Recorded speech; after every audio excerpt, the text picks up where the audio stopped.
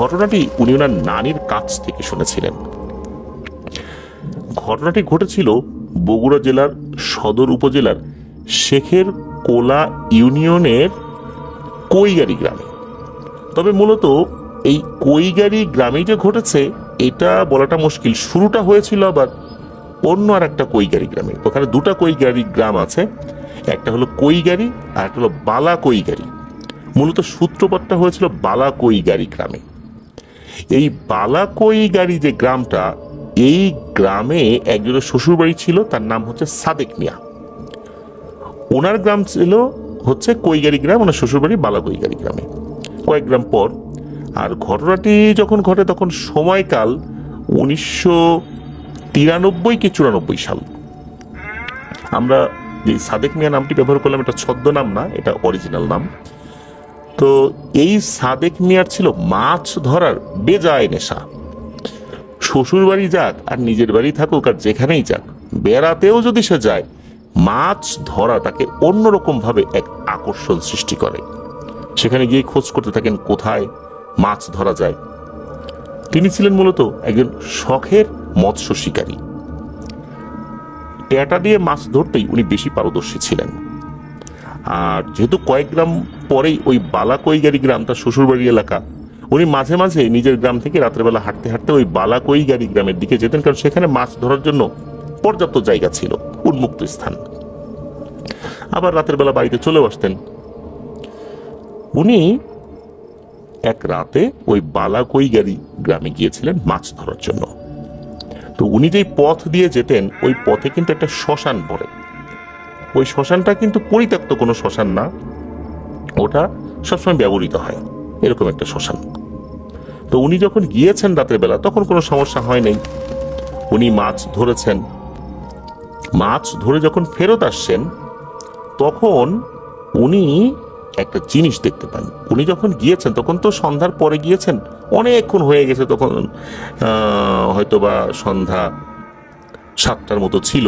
উনি যখন ফিরছিলেন মাছ ধরে তখন রাত 2-2:30 বাজে, মানে মাঝখানে অনেকটা সময় পার হয়ে গেছে। উনি যখন ওই শ্মশানের ওদিক দিয়ে ফিরছিলেন উনি দেখতে পেলেন যে মাত্রই পোড়ানো হয়েছে এমন কিছু কাঠ কয়লা দেখা যাচ্ছে, অর্থাৎ ওখানে মাত্র দাহ করা হয়েছে এমন কোনো একজন ব্যক্তির যে চিতা, সেই চিতার যে কয়লা, সেই কয়লাগুলো এখনো পুরোপুরি নিভে যায় নাই। পানি দেওয়ার পরেও কিছু কিছু জায়গা থেকে ধোঁয়া উঠতে থাকে না, আবার কিছু কিছু জায়গায় পানি পড়েনি, সেখানে দেখা যাচ্ছে যে লাল লাল আগুন জ্বলছে, এরকমটা বোঝা যাচ্ছে। উনি বুঝতে পারেন যে উনি যখন ওই দিক দিয়ে গিয়েছেন তখনও পোড়ানো শুরু হয় নাই বা পোড়ানোর কোনো আয়োজনই তখন হয় নাই। উনি যে দীর্ঘ সময় ওই দিকটাতে ছিলেন, মাছ ধরেছেন, এর মধ্যে লাশ নিয়ে এসেছে, চিতা সাজিয়েছে, পুড়িয়েছে, এই জন্য এরকমটা হয়েছে। তো উনি এই বিষয়টা নিয়ে আর চিন্তা ভাবনা করেন নাই, কারণ এগুলো আসলে ওনার কাছে নতুন কোনো দেখার বিষয় নয়। এরকম অনেক উনি দেখেছেন, ছোটবেলা থেকে উনি দেখছেন। এই শ্মশানে বহু আগে থেকেই মানুষ পোড়ানো হয়, এখনো হচ্ছে। তো উনি ওই সাইডটা কাটিয়ে বাড়ির দিকে হাঁটা শুরু করেছেন। সামান্য একটু হেঁটেছেন মাত্র, মানে শ্মশানের ওই এরিয়া থেকে তখন বের হন নাই। উনি দেখেন সামনে বিশাল দেহি একটা অবয়ব। অবয়বটার চেহারা বোঝা যাচ্ছেন, তবে বিশাল দেহি, বেশ মোটা সোটা। এটা একটা কালো ছায়ার মতো, জাস্ট এতটুকুই, চোখ লাল টকটকে এরকমও না, কিছুই না, জাস্ট একটা ছায়া। এই ছায়াটা দাঁড়িয়ে আছে, চাঁদের আলো যতটুকু ছিল তাতেই উনি এটা দেখতে পাচ্ছেন। উনি তো বুঝতে পারলেন যে অবস্থা তো সুবিধার না। উনি সেখানে দাঁড়িয়ে গেলেন। দাঁড়িয়ে আছেন উনি, ওইদিকে ছায়াটাও দাঁড়িয়ে আছে। একটা পর্যায়ে উনি ওই ছায়াটিকে উদ্দেশ্য করে বললেন, দেখ, আমি মাছ টাছ মারি, শখে মাছ মারতে যাই, তুই আমার কোনো ক্ষতি করিস না, আমাকে ভয় দেখাস না, যা, তুই চলে যা। উনি চিন্তা করেছিলেন যে এই অবয়বটা যদি মাছ খাবার জন্য আসে তাহলে কিছুটা মাছ উনি দিয়ে দেবেন, যদি চায়, না চাইলে উনি দেবেন না। এই চিন্তা করে উনি বলেছেন যে এখান থেকে সরে যা।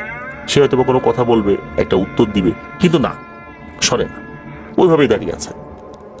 আর একবার উনি বলেছেন একই কথা, তারপরও সরে না। হঠাৎ করেই ওই জিনিসটা ডানে বায়ে লাফালাফি শুরু করলো। মানে মাঝখানে তো দাঁড়িয়ে ছিল, হঠাৎ করে এক পাশে সরে গেল, তারপর লাফ দিয়ে একবার ডানে আসে একবার বায়ে যায়, একবার ডানে আসে একবার বায়ে যায়, এরকম লাফালাফি করছে। এক লাফে ডান থেকে বায়ে চলে আসে অনেকটা পথ, এবং এমন ভাবে আসে মনে হচ্ছে কিছুটা উড়ে বামে আসছে, আবার কিছুটা উড়ে ডানে আসছে, এরকমটা। এখন উনি কি করবেন বুঝতে পারছেন না। উনি খেয়াল করলেন যে এই অবয়বটা যতটুকু জায়গার মধ্যে এরকম লাফালাফি করছে, এই জায়গাটার অন্য সাইড দিয়ে গেলে কেমন হয়। জায়গা ছিল, উনি অন্য সাইড দিয়ে পাশ কাটিয়ে হাঁটা শুরু করলেন। তখন ওই অবয়বটা অট্ট হাসি দিতে থাকলো, তবে ওই অবয়বটা কোনো মাছ বা অন্য কোনো কিছু চায়নি।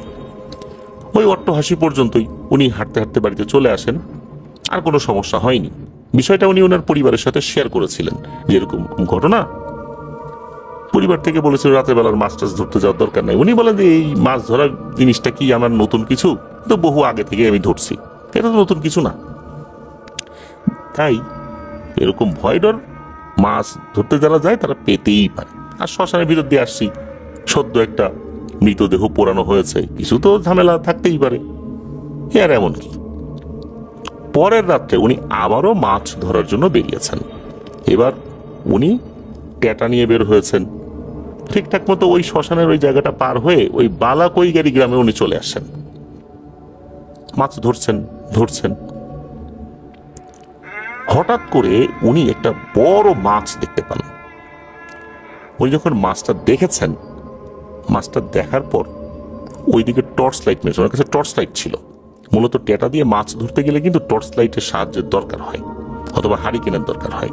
তো উনি টর্চ লাইট দিয়ে যখন দেখলেন যে এটা বেশ বড় সড়ো একটা মাছ, কি মাছ বুঝতে পারছেন না, হয়তোবা শোল মাছ বা মাঝারি সাইজের কোনো গজার মাছ, এরকম কিছু একটা হতে পারে, একটা মাছ। উনি ওইটার দিকে ট্যাটা তাক করে যখনই আঘাত করেছেন, তখন উনি দেখেন একটা অদ্ভুত ব্যাপার। ওই মাছটা মুহূর্তের মধ্যেই বেশ বড় আকারের একটা ব্যাঙে পরিণত হলো। আর এই ব্যাঙের শরীরে অসংখ্য মানুষের মতো চোখ।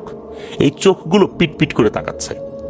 একটা চোখ পিটপিট করে তো অন্য চোখ খোলা থাকে, আবার অন্য চোখ পিটপিট করে তো আর একটা চোখ খোলা থাকে, এইরকম অসংখ্য চোখ, পুরো ব্যাঙের শরীর ভর্তি চোখ, ওনার দিকে এভাবে তাকিয়ে চোখ পিটপিট করছে।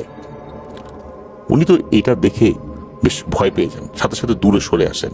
চিন্তা করলেন, এটা আমি কি দেখলাম, এরকমটা কেন হলো। আমার মনে হলো না, কি দেখছি না দেখছি, মনে হয় চোখের ভুল। উনি সামনে এগিয়ে গিয়ে দেখেন যে কিছুই নেই। উনি চিন্তা করে দূর, এটা চোখের ভুল। এই চিন্তা করে উনি আবারও মাছ খোঁজা শুরু করেছেন। অল্প সময়ের মধ্যেই উনি আরো একটা বেশ বড়সড় মাছ দেখতে পান। এটা যে কি মাছ ছিল এটা ওভাবে জানা যায় না। উনি ওই মাছটির দিকেও তাক করে যখন ট্যাটা ছুঁড়েছেন, উনি বুঝতে পারলেন যে মাছটির শরীরে ট্যাটা বিঁধেছে। যখনই মাছটিকে তোলার জন্য উনি গিয়েছেন, উনি দেখেন বিশাল বড় আকৃতির একটা ব্যাঙ, মানে মাছটা ব্যাঙে পরিণত হয়েছে। আর এটারও অনেকগুলো চোখ, ঠিক আগের মতো। চোখগুলো তাকিয়ে পিটপিট করছে, ওনার দিকেই তাকিয়ে আছে, মানুষের চোখের মতো, পুরো শরীর ভর্তি মানুষের চোখের মতো অসংখ্য চোখ। এইটা দেখার পর উনি আর সাহস ধরে রাখতে পারেন নাই, তবে উনি অজ্ঞান হন নাই। উনি ওইখান থেকে দ্রুত বাড়ির দিকে চলে আসেন। বাড়িতে আসার পথে কিন্তু কোনো ধরনের কোনো সমস্যা হয়নি। বাড়িতে আসার পর সকাল থেকে ওনার প্রচন্ড জ্বর। সকালবেলা পরিবারের সাথে এই বিষয়টা নিয়ে আলোচনা করেছেন যে কি হয়েছিল। পরিবার থেকেও তাকে অনেক বকাঝকা করে, তোমার তো এরকম যাওয়া উচিত হয় নাই, আগের রাত্রে এরকম একটা ঘটনা ঘটলো, আবার এই রাত্রে একটা ঘটনা ঘটলো, এটা তো তোমার বোঝা উচিত ছিল। উনি চিন্তা করেছিলেন, অর্থাৎ এই সাদেক মিয়া চিন্তা করেছিলেন যে জ্বর হয়েছে, দেখি ভালো হয়ে যায় কিনা, যদি অবস্থা খারাপ দেখি তাহলে ঝাড়ফুঁক করাবো।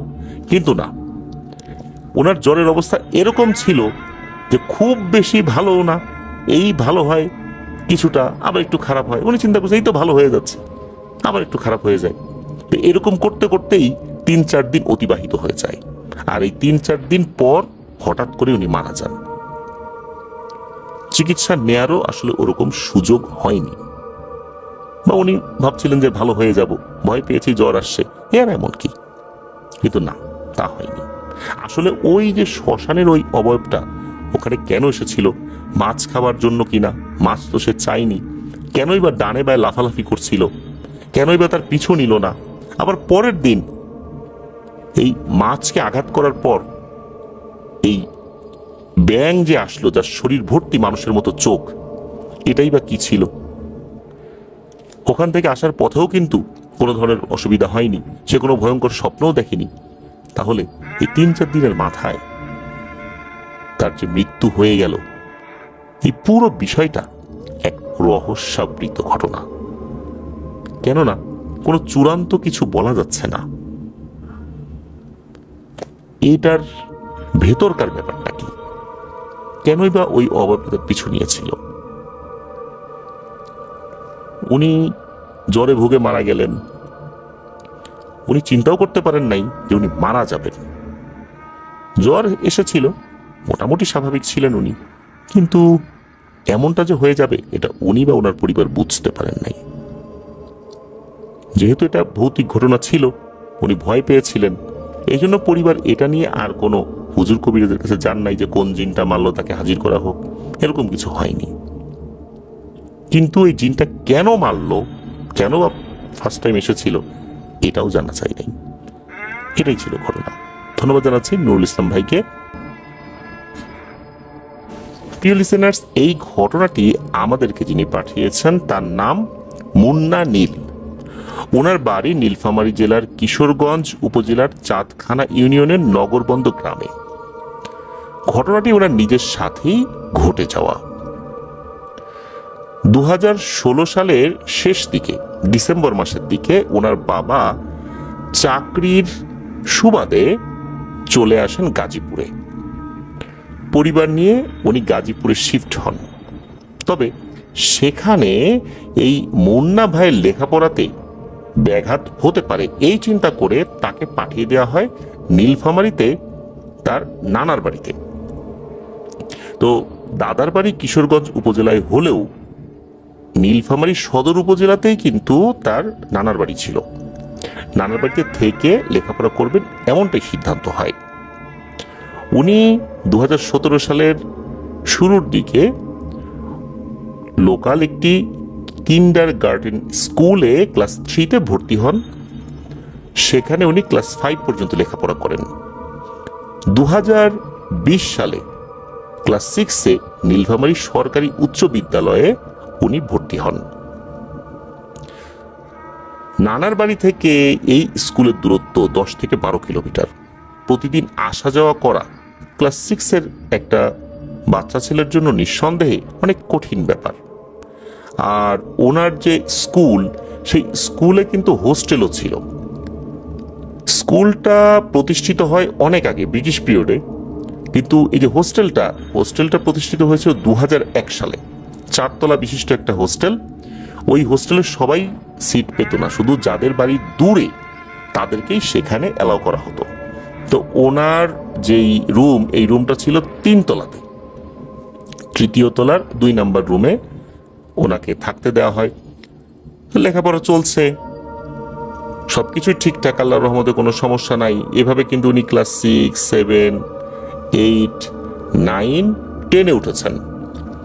আর ঘটনাটি ঘটে মূলত 2025 সালের 18ই রমজানে। সেখান থেকেই শুরু, অর্থাৎ এই 2025 সালের রমজান মাসের ঘটনা এটা। উনি কিন্তু ছোটবেলা থেকেই ক্রিকেট খেলার প্রতি ব্যাপক একটা নেশা তৈরি করেছিলেন, আগ্রহের একটা জায়গা তৈরি করেছিলেন। খেলতে পারতেনও ভালো, তবে উনি মূলত উইকেট কিপারের দায়িত্বে থাকতেন। পিছনে এই যে বল কিপিং করে যারা, তো এই কাজটা উনি করতেন। দেখা যেত যে বল যদি পেছন দিকে চলে যেত, এটা নিয়ে আসার দায়িত্বটা ওনার উপরেই পড়ত। বিভিন্ন সময় তো খেলাধুলা করেছেন, এক একজন এক এক রকম ভাবে বলটা ব্যাট দিয়ে হিট করে এক এক জায়গায় যায়, ফিল্ডাররা নিয়ে আসে। ওনাকে কিন্তু সেভাবে যেতে হতো না। হ্যাঁ, যেতে হতো, মাঝে মাঝে যেতে হতো।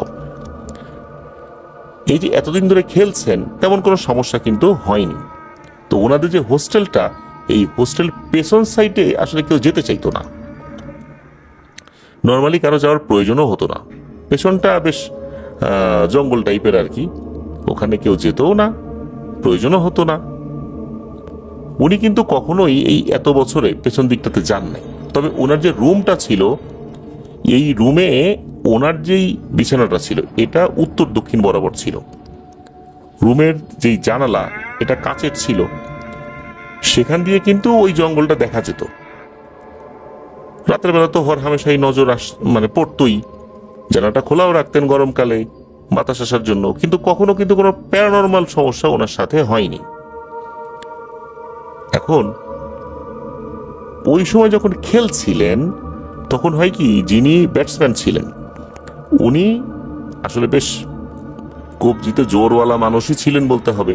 এমনভাবে বলটা হিট করেছেন, ওই বলটা 4 তলার উপর দিয়ে পেছনে গিয়ে পড়ে। এরকম কিন্তু কখনো হয়নি। সাধারণত যত জোরেই আঘাত করা হোক 4 তলার উপর দিয়ে পেছনে গিয়ে পড়বে এমনটা ইতোপূর্বে হয়নি। এখন সবার তো আর একরকম শক্তি থাকবে বিষয়টা এরকম না, হয়তো সে পেরেছে। আর এটাও অস্বাভাবিকও কিছু না, যেহেতু বলটা পেছন দিকে চলেই গেছে বলটা তো আনতে হবে। ওনারা কিন্তু রমজান মাসে আসরের নামাজ পড়ে অল্প কিছুক্ষণ খেলতেন, এরপর ইফতার করার জন্য চলে আসতেন। প্রতিদিনই তো খেলতেন, তার রমজান মাসে ওভাবেই ওনারা খেলতেন, ওভাবে মেনটেন করতেন সময়টা। এই সাইডটা ছিল ওনার পেছন দিকে, এই জন্য সবাই বলছে যে এই মুন্না যা বল নিয়ে বল নিয়ে। মুন্না ভাই তো বল আনতে যেতে চান না, কেননা ওই জায়গাটা আসলে মানুষ শূন্য, তো কেউ যেত না, জঙ্গলের মতো। উনি বললেন যে আমি একা একা যাবো না, আমার সাথে লোক লাগবে। কেউ আর যেতে চায় না, বলে না তোকেই আনতে হবে, উনিও যেতে চান না। এইভাবে বেশ কিছুক্ষণ কথা কাটাকাটি হওয়ার পর উনি চিন্তা করেন দূর যাই তো, কি হবে, নিয়ে আসি। বলটা উনি আনার জন্য ওই দিকটাতে গিয়েছেন। তখন তো সন্ধ্যা লাগে না, ইফতারের আরো বেশ কিছুক্ষণ আগে, মানে আসরের ঠিক পর পর। আলো তখন বেশ ভালোই ছিল, উনি অনায়াসেই বলটা খুঁজেও পেয়ে যান। উনি যখন বলটা হাত দিয়ে উঁচু করেছেন তখনই মনে হলো ওনার শরীরটা কেন যেন একটু ভার হয়ে গেল, শরীরটা মনে হচ্ছে কেঁপে উঠল হঠাৎ করেই। ওনার কাছে মনে হলো উনি এমন একটা জায়গায় আছেন, এই জায়গাটা মনে হচ্ছে কোন একটা কবরস্থানের মতো, উঁচু উঁচু জায়গা মনে হচ্ছে আশেপাশে রয়েছে। আসলে বিষয়টা তো এরকম না, এই জায়গা তো উনি জানালা দিয়ে সবসময় দেখেন। হঠাৎ করে ওনার কাছে এমনটা মনে হয়, উনি দ্রুত ওখান থেকে চলে আসেন, আবার খেলা শুরু করেন। কিছু সময় খেলার পর ওনারা ইফতার করার জন্য আবার হোস্টেলে চলে যান। ইফতার করেন, মাগরিবের নামাজ পড়েন, এরপরে কিছুক্ষণ লেখাপড়া করেন, আবার এশার নামাজ তারাবি এটার জন্য চলে যান। তো সবকিছু শেষ করে রাতের খাবার খেয়ে শুয়ে পড়েছেন। তাড়াতাড়ি শুয়ে পড়তে হবে, সকাল সকাল উঠতে হবে, বলতে সাহরি করতে হবে। এই জন্য ওনারা মোটামুটি তাড়াতাড়ি শুয়ে পড়তেন, শুয়ে পড়ছেন। উনি যখন শুয়ে পড়েছেন তখন ওনার রুমে কিন্তু মাত্র একজন ছিল। ওনাদের ওই রুমটাতে 3 জন ছিল, সবসময় 3 জন থাকতো, তবে একজন ওই সময় অনুপস্থিত ছিল, তার নাম হচ্ছে রিশাদ, যে 9ম শ্রেণীতে পড়তো। আর ওনাদের ব্যাচে একজন পড়তো, তার নাম হচ্ছে আবু বকর। এই আবু বকরটা ছিল, রিশাদ বাড়িতে চলে গিয়েছিল। এই আবু বকর কিন্তু তখন ঘুমাচ্ছিল, মুন্না ভাইও ঘুমাচ্ছিলেন। হঠাৎ করে মুন্না ভাই চোখ খোলেন, কেন জানি ওনার ঘুম ভেঙে যায়। উনি হালকা হালকা একটু ঘুমে আসছিলেন, সেটাও চলে যায়, ওই ভাবটা, তন্দ্রাচ্ছন্ন ভাবটা চলে যায়। উনি চোখ খুলে দেখতে পান যে একটা নারী অবয়বের মতো কিছু একটা, চুল মনে হচ্ছে বাতাসে ভাসছে, চোখ দুটো দেখা যাচ্ছে, বড় বড় চোখ। ওই জিনিসটা কি করলো, সোজা বাতাসে ভেসে এসে ওনার 2 হাত চেপে ধরলো। হাত চেপে ধরে ওনার ঘাড়ে এমন একটা কামড় বসালো, প্রচন্ড যন্ত্রণা ওনার হচ্ছিল, যন্ত্রণায় কুকড়ে উঠলেন, উনি চিৎকার দিয়ে উঠলেন। এই চিৎকারে ওনার পাশে যেই আর একটা বেড রয়েছে আবু বকর, তার ঘুম ভেঙে যায়। সে তাড়াতাড়ি উঠে লাইট জ্বালায় যে ঘটনা কি হলো। তখন কিন্তু এই মুন্না ভাই তাকিয়েই ছিলেন, এমনটা না যে উনি ঘুমাচ্ছিলেন, ঘুমের ভেতরে উনি দুঃস্বপ্ন দেখেছেন, বিষয়টা এরকম না। তখন আবু বকর দিকে, আরে মুন্না ভাই কি হয়েছে? উনি বলেন যে না, মনে হয় দুঃস্বপ্ন দেখছি নাকি, কেমন কি মনে হইলো। আবার লাইট বন্ধ করে দুজন শুয়ে পড়েন। কিছুক্ষণ পর হঠাৎ করে ওনার কাছে মনে হয় ওনার পাশে কেউ শুয়ে আছে একই বেডে, আর নিঃশ্বাস ছাড়ছে, গরম নিঃশ্বাস ওনার ঘাড়ে এসে পড়ছে। উনি তাকানোর সাহস করছেন না। সাহস করে কি মনে করে একটা সময় তাকাতে বাধ্য হলেন। কোন এক অজানা আকর্ষণে উনি তাকিয়ে ফেলেন। তাকিয়ে এবারও উনি দেখতে পান একটা নারী অবয়ব ওনার পাশে শুয়ে আছে। আর ওই জিনিসটা তাৎক্ষণিক শূন্যে ভেসে ওঠে, আবারও ওনার উপর আক্রমণ করতে উদ্যত হয়। এবারও উনি চিৎকার করে ওঠেন। এই যে আবু বকর সে রুমের লাইট জ্বালায়, বলে কি হয়েছে রে ভাই, কি হয়েছে, সমস্যা কোনো? উনি বলেন যে কি যেন একটা মনে হচ্ছিল আমার সাথে হচ্ছে। তখন এই আবু বকর বলে যে ভাই দোয়া দুরুদ পড়ে শুয়ে থাকেন, আল্লাহর রহমতে কোনো সমস্যা নেই। উনি দোয়া দুরুদ পড়েছেন, ঘুমানোর চেষ্টা করছেন, ঘুম তো আসতে চায় না। ওই রাতের মতো কোনোভাবে রাতটা পার করেন। সাহারির ডাক কখন আসবে, কখন সবাই উঠবে, ডাকাডাকি করবে, এই জন্য তো সাহারি করে ফজরের নামাজ পড়ে আবার কিছুটা সময় ঘুমিয়ে নিয়েছেন। পরের দিন অন্যান্য দিনের মতো অতিবাহিত হয়। ওই দিনও খেলাধুলা করেছেন, তবে ওই দিন কিন্তু আর পেছন দিকে বলটা যায়নি। ইফতার করেছেন, ইফতারের পরে কিছু সময় বন্ধু বান্ধবদের সাথে গল্প গুজব করেছেন, এরপর তারাবি এটা পড়েছেন। রাতের বেলা খাবার খেয়ে যখন ঘুমাতে গিয়েছেন তখন বাধে এক বিপত্তি। যখন রুমের লাইট বন্ধ, আবু বকর শুয়ে আছে, ওনারও হালকা হালকা ঘুম আসছে, পুরোপুরি ঘুম তখনও আসেনি। হঠাৎ করে উনি দেখেন যে ওনার রুমের মধ্যে 4 থেকে 5টা অবয়ব, মনে হচ্ছে এগুলো বোরখা টাইপের কোনো কিছু পরা, নারী অবয়ব এটা বোঝা যাচ্ছে, এবং হাতে ধারালো ছুরি জাতীয় কোনো জিনিস আছে। এই জিনিসগুলো তার সামনে ভাসছে। উনি প্রথমে চোখ কচলেছেন যে আসলে কি আমি কি ঘুমের ঘরে দেখছি নাকি। পরে দেখা গেল না, উনি ঠিকই দেখছেন, কিন্তু উনি চিৎকার করতে পারছেন না। ওই জিনিসগুলো ওনার দিকে আস্তে আস্তে এগিয়ে আসছে। উনি ভয়ে কিছুক্ষণ চোখ বন্ধ করে থাকেন, পরে চোখ খুলে দেখেন যে না, কিছুই নেই। এরপর উনি আবার ঘুমানোর চেষ্টা করেন। উনি যখনই চোখ বন্ধ করেন, ওনার কাছে মনে হয় কি ওনার চোখের সামনে মনে হচ্ছে কেউ চোখ নিয়ে তাকিয়ে আছে। উনি যখন চোখ খোলেন, উনি দেখেন যে আসলেই তাই। ওনার চোখের কাছাকাছি মনে হচ্ছে কেউ একজন তার 2 চোখ খোলা রেখে তার দিকে তাকিয়ে আছে। মনে হচ্ছে একদম চোখের সাথে তার চোখ লেগে যাবে। উনি তো চোখ বড় বড় করে দেখছেন যে আরে এটা কি। হঠাৎ করেই ওই 2টার চোখের উপরে পাতা পড়ে যায়, অর্থাৎ মনে হচ্ছে সে চোখ বন্ধ করে ফেলেছে। উনি চিন্তা করেন এটা কি মনের ভুল। উনি আবার নিজের চোখ বন্ধ করেন ঘুমানোর জন্য, কিন্তু এবারও দেখা গেল সেম একটা ব্যাপার।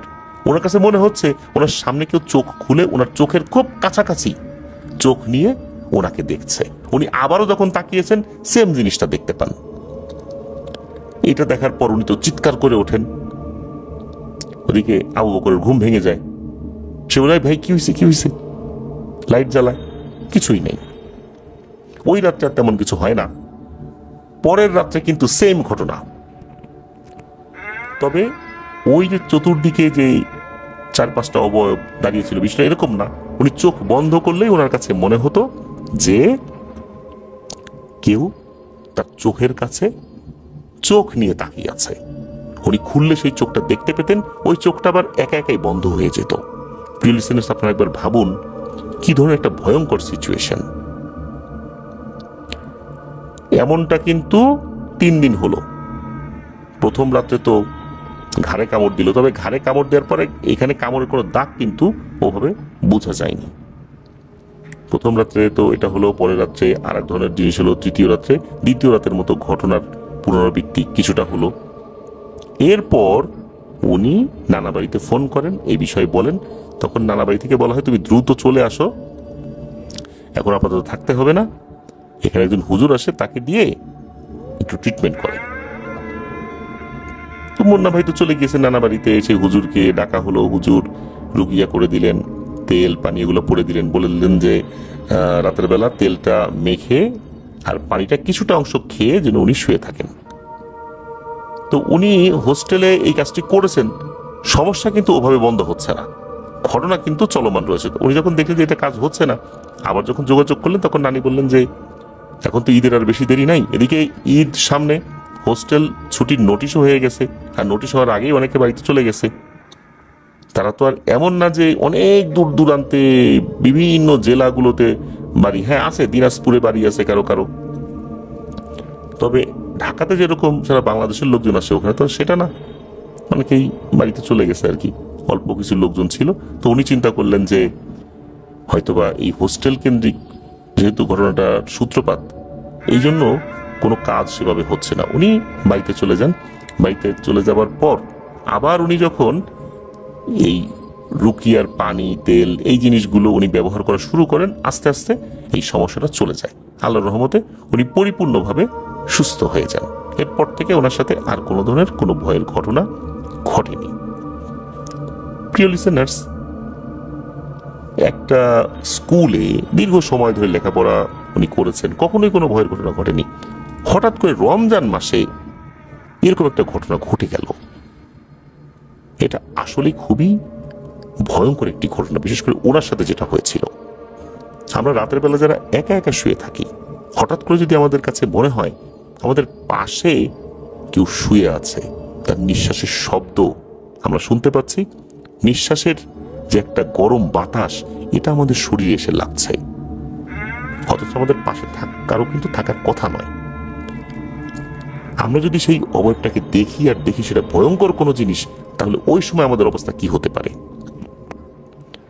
আর যদি কখনো মনে হয় যে আমাদের একদম মুখের সামনে কেউ মুখ নিয়ে আমাদেরকে দেখছে, চোখ খোলা রেখে দেখছে, আর আমরা চোখ খুলেও যদি সেটা দেখতে পাই, তাহলে অবস্থাটা কেমন হবে। এমন ঘটনাই মুন্না ভাইয়ের সাথে ঘটেছিল। ঘটনা যেটি আমি এখন বলতে যাচ্ছি সেটি আপনাদের সকলের কাছে ইনশাআল্লাহ ভালো লাগবে। আর গ্রামের ঘটনা তো আমাদের সকলের কাছেই ভালো লাগে, সেটা তো নিঃসন্দেহে বলা যায়। এই জন্য আমি সিংহভাগ ঘটনা গ্রামের বলার চেষ্টা করি, বিশেষ করে গ্রামের ঘটনাগুলো আমার নিজের কাছেও ভালো লাগে, সেটা আপনারা জানেন। তো এখন মূল ঘটনাতে চলে যাচ্ছি। এই ঘটনাটি আমাকে দিয়েছেন সৌমিত্র রয়। তো এই ঘটনাটি সৌমিত্র রয় সংগ্রহ করেছিলেন তার স্কুল জীবনের এক বন্ধুর কাছ থেকে, তার নাম হচ্ছে নাফি। আর মূলত এই ঘটনাটি যেখানে ঘটেছে এটি হচ্ছে সাতক্ষীরা জেলার কোনো একটি গ্রামে। ঘটনাটি অনেক আগের, মুক্তিযুদ্ধেরও আগের একটি ঘটনা, যার কারণে এক্সাক্ট গ্রামের নাম জানা সম্ভব হয়নি। কিন্তু ঘটনাটি সত্য, এটা নিঃসন্দেহে বলা যায়। সেই বিষয়ে মোটামুটি শিওর হওয়ার চেষ্টা করা হয়েছে, কিন্তু এক্সাক্ট লোকেশনটা বলাটা সম্ভব হচ্ছে না। ঘটনাটি মূলত একটি ব্যাপার, যেটা হচ্ছে যে একটা রোগকে কেন্দ্র করে, যেটা আমরা অনেকেই সেই রোগের নাম শুনেছি। তো চলুন মূল কথায় ফেরা যাক। যে গ্রামকে নিয়ে ঘটনাটির সূত্রপাত, ওই গ্রামে একটি অনেক পুরনো বট গাছ ছিল। ওই যে হয় না যে বাবা বলেছেন যে তিনি জন্মের পর থেকে বট গাছটি এমনই দেখছেন, আবার দাদাও বলেছেন তিনিও জন্মের পর থেকে এমন দেখছেন। এটা আসলে বয়স কত, মানে তার বাবা মানে দাদার বাবাও তিনিও দেখেছেন যে এই গাছটি এমনই আছে। তো এমন বহু পুরনো একটি বট গাছ ওই গ্রামে ছিল। তো বট গাছটিকে নিয়ে কোনো ভয়ের ঘটনা লোকজনের মধ্যে খুব একটা শোনা যেত না, যে ওই বট গাছে অনেক ভয়ানক কিছু রয়েছে বা এই সেই এই টাইপের কোনো কিছু ওই রকম শোনা যায় না আর কি। তবে বট গাছটি অনেক পুরনো, টুকটাক ভয়ের ঘটনা থাকতে পারে। একবার কি হলো যে সকালবেলা গ্রামের লোকজন দেখলো যে ওই বট গাছের নিচে একটা পাগল টাইপের লোক বসে আছে। সে একজন মহিলা, মানে পাগলি আর কি। তার বয়স 25 থেকে 30-এর মধ্যে হবে। গায়ের রং শ্যামলা, চুল উস্কো খুস্কো, তবে মাথার চুল অনেক বড়, প্রায় হাঁটু পর্যন্ত চুল তার। আর পরনে গ্রামের মহিলারা যেই ধরনের পোশাক পরে আছে এই টাইপের একটা পোশাক বা এরকম শাড়ি আর কি। গ্রামের মহিলারা ঠিক যেভাবে শাড়ির একটা প্যাচ দিয়ে পরেন ওইভাবেই পরা আর কি। তো এটা দেখে বোঝা যাচ্ছে যে সে মেয়েটি একটি মানসিক ভারসাম্যহীন, আর সে বসে বসে এক মনে কিছু বিড়বিড় করে বলছে। বিড়বিড় করে বললেও মোটামুটি পাশ দিয়ে গেলে শোনা যায় যে সে কি বলছে। সে বলছে যে আজকে একটাকে নেব, কালকে ওই গ্রাম থেকে 3টাকে নেব, তারপর ওই গ্রাম থেকে 5টাকে নিব, আবার এই গ্রাম থেকে 2টাকে নেব, এরকম বলছে। তো পাশ দিয়ে যারা যাচ্ছিল তারা তো এই বটগাছের নিচে এরকম কাউকে আগে দেখেনি। হঠাৎ করে সকালবেলা তাকে দেখার পর থেকে তাদের মধ্যে কৌতূহল জন্মায়। তো এদের মধ্যে যারা মাঠে যাচ্ছিল কাজের জন্য, তো তারা কেউ কেউ জিজ্ঞেস করে যে এই মেয়ে তোমার বাসা কোথায়, কোন গ্রামের মেয়ে তুমি? আমাদের গ্রামের কারো মেয়ে বলে তো মনে হচ্ছে না। তখন ওই পাগলি কিন্তু কারো কোনো কথার উত্তর দেয় না। সে তার মতো আপন মনে ওই যে বলেই যাচ্ছে সেই কথাগুলো, আজ এই গ্রাম থেকে একটাকে নিব, কালকে এইটাই নিব, এবার এরকম বলে যাচ্ছে আর কি। তো ওনারা চিন্তা করেন যে হয়তো বা কোনো গ্রাম থেকে পদ চলে আসছে।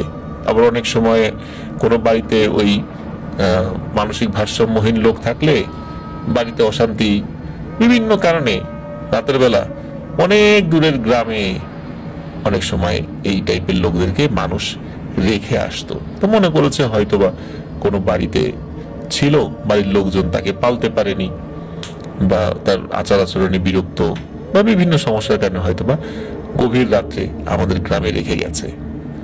তো তারা তাদের মতো কাজে চলে যায়। এটা নিয়ে আসলে খুব একটা বেশি তাদের মাথা ঘামাতে হয়নি, কারণ হলো ওই পাগলি কাউকে বিরক্ত করতো না, কারো বাড়িতে খাবারও চাইতে যাইতো না। কেউ খাবার যে তাকে যে সাধবে যে খাবার খাওয়ার জন্য, কারণ সে কখনোই কারো কাছে খাবার চায়নি, কোনো বাড়িতে যায়ও নেই, এই জন্য মানুষকে সে বিরক্ত করতো না। আর মানুষের মনেও তার বিষয়ে খুব একটা আগ্রহেরও সৃষ্টি হতো না, বিরক্তও সৃষ্টি হতো না, মানে বিরক্তির উদ্রেকও হতো না, কারণ সে তো কাউকে বিরক্ত করতো না। এই জন্য ওই পাগলি পাগলির মতো আছে, গ্রামের লোকজন গ্রামের লোকজনের মতো আছে। তবে একটা বিষয় দেখা যেত যে সকালবেলা পাগলিকে দেখা গেছে, দুপুরবেলা দেখা যায় না, অথবা সকালবেলা দেখা যায় না, দুপুরবেলা আছে, আবার বেলা নাই, আবার গভীর রাতের বেলা ওদিক দিয়ে যদি কেউ আসে দেখে ওই পাগলি বট গাছের নিচে ঝিমুচ্ছে। তো সবসময় যে দেখা যেত তা না, মাঝে মাঝে কোথাও চলে যেত। তখন গ্রামের লোকজন চিন্তা করেছে হয়তোবা তারও তো ক্ষুধা লাগে, ক্ষুধা লাগলে আমাদের গ্রামের কারোর কাছে খাবার চায় না, পাশের গ্রামে ঘুরতে যায়, সেখানে হয়তোবা খাবার চায়, সেখান থেকে খেয়ে আসে। তো এই বিষয়টাও আসলে অস্বাভাবিকভাবে কেউই নেয়নি। তো এভাবে চলছিল প্রায় 2 থেকে 3 সপ্তাহ এভাবে চলে যায়। এক রাতে এক অদ্ভুত ঘটনা ঘটে। ওই গ্রামের একজন ব্যক্তি, তার নাম জানা যায় না, তো উনি কোনো কারণে বেশ রাত করে বাড়িতে ফিরছিলেন। তো যখন রাত করে ফিরছিলেন ওই রাত ছিল একদম ভরা পূর্ণিমার রাত। তো উনি যখন ওই বট গাছের কাছে আসছেন, বট গাছ থেকে একটু দূরে, মানে খুব যে দূরে তাও বলা যাবে না, মানে সামান্য একটু দূরে, মানে বট গাছের নিচে কি হচ্ছে না হচ্ছে সে রাস্তা থেকে স্পষ্টভাবে বুঝতে পারবে, এবং যে কেউ হেঁটে গেলে বুঝতে পারবে, মানে এত মানে নিকট দূরত্বে বটগাছ এবং রাস্তার ব্যবধান আর কি। তো বটগাছটা রাস্তা থেকে একটু নিচ দিকে, মানে ঢালুর দিকে, আর রাস্তাটা উঁচু মাটির রাস্তা। তো উনি যাচ্ছেন, তো উনি যাওয়ার সময় দেখেন যে এই পাগলি এখন আর এক মনে কিছু বলছে না, সে তার মতো করে নাকি সুরে কান্নাকাটি করছে, এবং সে দেখতে পাচ্ছে যে ওই পাগলি এবার আর সেই আগের শাড়িটা না, আগের শাড়িটা একটু কালারফুল শাড়ি ছিল বা এক কালারের শাড়ি ছিল, কিন্তু এবার সে সাদা শাড়ি পরে বসে আছে, এবং সে এমন ভাবে বসে আছে যে মানে ওই হাঁটু করে এবং 2 হাত দিয়ে হাঁটুটা জড়িয়ে ধরে রেখেছে, এবং মাথা দিয়ে, মানে মাথা হাঁটুর উপরে দিয়ে রেখেছে, চুলগুলো সামনের দিকে, এবং সে কান্নাকাটি করছে। পাগলিকে কিন্তু তারা এর আগেও দেখেছে, একদম ভদ্র একজন মানে পাগলি হিসাবেই তাদের কাছে পরিচিত ছিল, এবং তার চেহারা কিন্তু একদম স্বাভাবিক ছিল। স্বাভাবিক বলতে ঠিক 25 থেকে 30 বছর বয়সী মেয়েদের চেহারা যেরকম হয়, কোনো অস্বাভাবিকতা ছিল না। সে দেখতে সে সুন্দরীও ছিল না, কুৎসিত ছিল না, অ্যাজ ইউজুয়াল আর কি। তো উনি চিন্তা করে, যাহারে এই মেয়েটা কথা বলে, তো এখন কান্নাকাটি করছে, নিশ্চয়ই খুব ক্ষুধা লেগেছে। এখন তাকে তার মানে তার মনের মধ্যে আসলে মায়া সৃষ্টি হয়েছে যে মেয়েটা কান্নাকাটি করছে, ক্ষুধা পেয়েছে, আমার বাড়ি তো কাছেই, দেখেও যদি খেতে চায় তাহলে আমি খাবার এনে দেব। এই চিন্তা করে সে ওই পাগলির কাছে গেছে। কাছে গিয়ে জিজ্ঞেস করছে যে, এই পাগলি, মানে তার তো নাম জানতো না কেউ, আর কোনো কথার উত্তরও সে দিত না। তখন ওই পাগলি বলেই তাকে ডাকতো। তো জিজ্ঞেস করছে, এই পাগলি, কান্দিস কেন? ক্ষুধা লাগছে? ক্ষুধা লাগলে আমাকে বল, আমি খাবার এনে দিই। এরকম বারবার বলছে, কিন্তু সে কোনো উত্তর দেয় না। তো কয়েকবার বলার পরে বিরক্ত হয় ওই লোকটা। বিরক্ত হয়ে বলে, আচ্ছা না খেলে নাই, এতবার তোরে বললাম, তুই উত্তর দিলি না, আমি গেলাম। তখন ওই পাগলি হঠাৎ করে তার কান্না থামিয়ে দেয়, এবং কান্না তখন থামিয়ে দিয়েছে। ওই লোকটি কিন্তু যাওয়ার জন্য 2 কদম বেরিয়েছে, মানে আগিয়েছে আর কি বাড়ির দিকে। তখন পাগলির কান্নার শব্দ যখন থেমে যায়, তখন ওই লোকটি চিন্তা করে হয়তো পাগলি এখন তাকে কিছু বলবে। এই জন্য তিনি থামেন এবং পাগলির দিকে ঘুরে তাকান। ভরা পূর্ণিমা, গাছের নিচে যদিও পূর্ণিমার আলো কম পড়ছিল, তারপরও স্পষ্ট দেখা যাচ্ছিল। উনি পাগলির দিকে তাকিয়ে যেটা দেখতে পান, এটা দেখার জন্য তিনি মোটেও প্রস্তুত ছিলেন না। প্রচন্ড ভয় পান দেখে। উনি দেখেন যে এই যে কয়েক সপ্তাহ ধরে যে পাগলিকে উনি দেখছেন, যে চেহারায় দেখছেন, এখন আর তার সেই চেহারা নেই। তার সমস্ত শরীর, মুখমণ্ডল, হাত যতটুকু দেখা যাচ্ছে, পায়ের গোড়ালি যতটুকু দেখা যাচ্ছে, বড় বড় ফোড়া হয়েছে। মানে আমরা অনেকে এটাকে গোটা বলি। তো এই জিনিসগুলো হয়েছে, এবং তার চোখ দুটো অদ্ভুত রকমের জল জল করছে।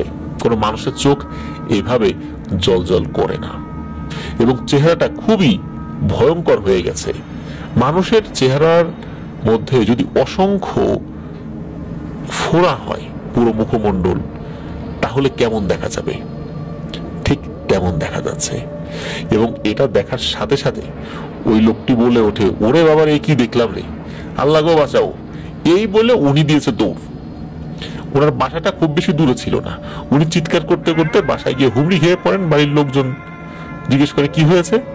বলে যে, এই ঘটনা, আমি তো এই যে ওই পাগলিকে এই অবস্থায় দেখেছি।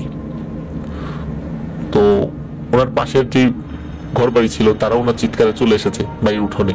তারা জিজ্ঞেস করে, কি হয়েছে? তো উনি বলেন যে, এই ঘটনা, আমি পাগলিকে এইভাবে দেখেছি। তখন কেউ কেউ বলে যে, সর্বনাশ, এই পাগলির নিশ্চয়ই বসন্ত হয়েছে, আর এই বসন্ত হওয়ার কারণে ওর এই চেহারা এবং শরীরের এই অবস্থা হয়েছে। কয়েকদিন আগেও তো দেখলাম ও ঠিক ছিল, হঠাৎ করে আজকে রাত্রে তুমি কেন ওর এই অবস্থায় দেখলা? তখন গ্রামের আরো কয়েকজন বলে, ও তো এইভাবে বিভিন্ন গ্রামে চলে যায়, এই দেখা যায়, এই দেখা যায় না, এদিক ওদিক ঘুরে বেড়ায়, নিশ্চয়ই অন্য গ্রাম থেকে এই ছোঁয়াচে রোগটা আমাদের গ্রামে এসে নিয়ে এসেছে। এখন তো আমাদের কারো আর বাঁচবার উপায় নেই, এখন কি করা যায়? এর মধ্যে কেউ কেউ বলে, ঠিক আছে, সকালবেলা দেখা যায় কি করা যায়। তার মধ্যে একজন বলে ওঠে, না, সকালের অপেক্ষায় থাকা যাবে না, কারণ যদি এই রোগটি আমাদের গ্রামে ছড়িয়ে পড়ে, তাহলে তো সবার জন্য বিপদ। যা করার এখনই করতে হবে, চলো সবাই মিলে যাই। তখন গ্রামের আরো লোকদেরকে ডাকা হয়, সবাই মিলে সেই বট গাছের নিচে যায়। বট গাছের নিচে গিয়ে দেখে সত্যি সেই পাগলি বসে আছে, কিন্তু এবার সে কাঁদছে না, সে বসে বসে গোঙাচ্ছে, এবং তার 2 হাত, এই 2 হাত দিয়ে তার মুখমণ্ডলটাকে ঢেকে রেখেছে। এবং এই যে 2 হাত দিয়ে মুখমণ্ডল ঢেকে রেখেছে, হাতে যে বড় বড় গোটা হয়েছে, মানে ফোড়া হয়েছে, বসন্ত হলে যেরকম হয় ঠিক তেমন। এদিকে লোকজন এসে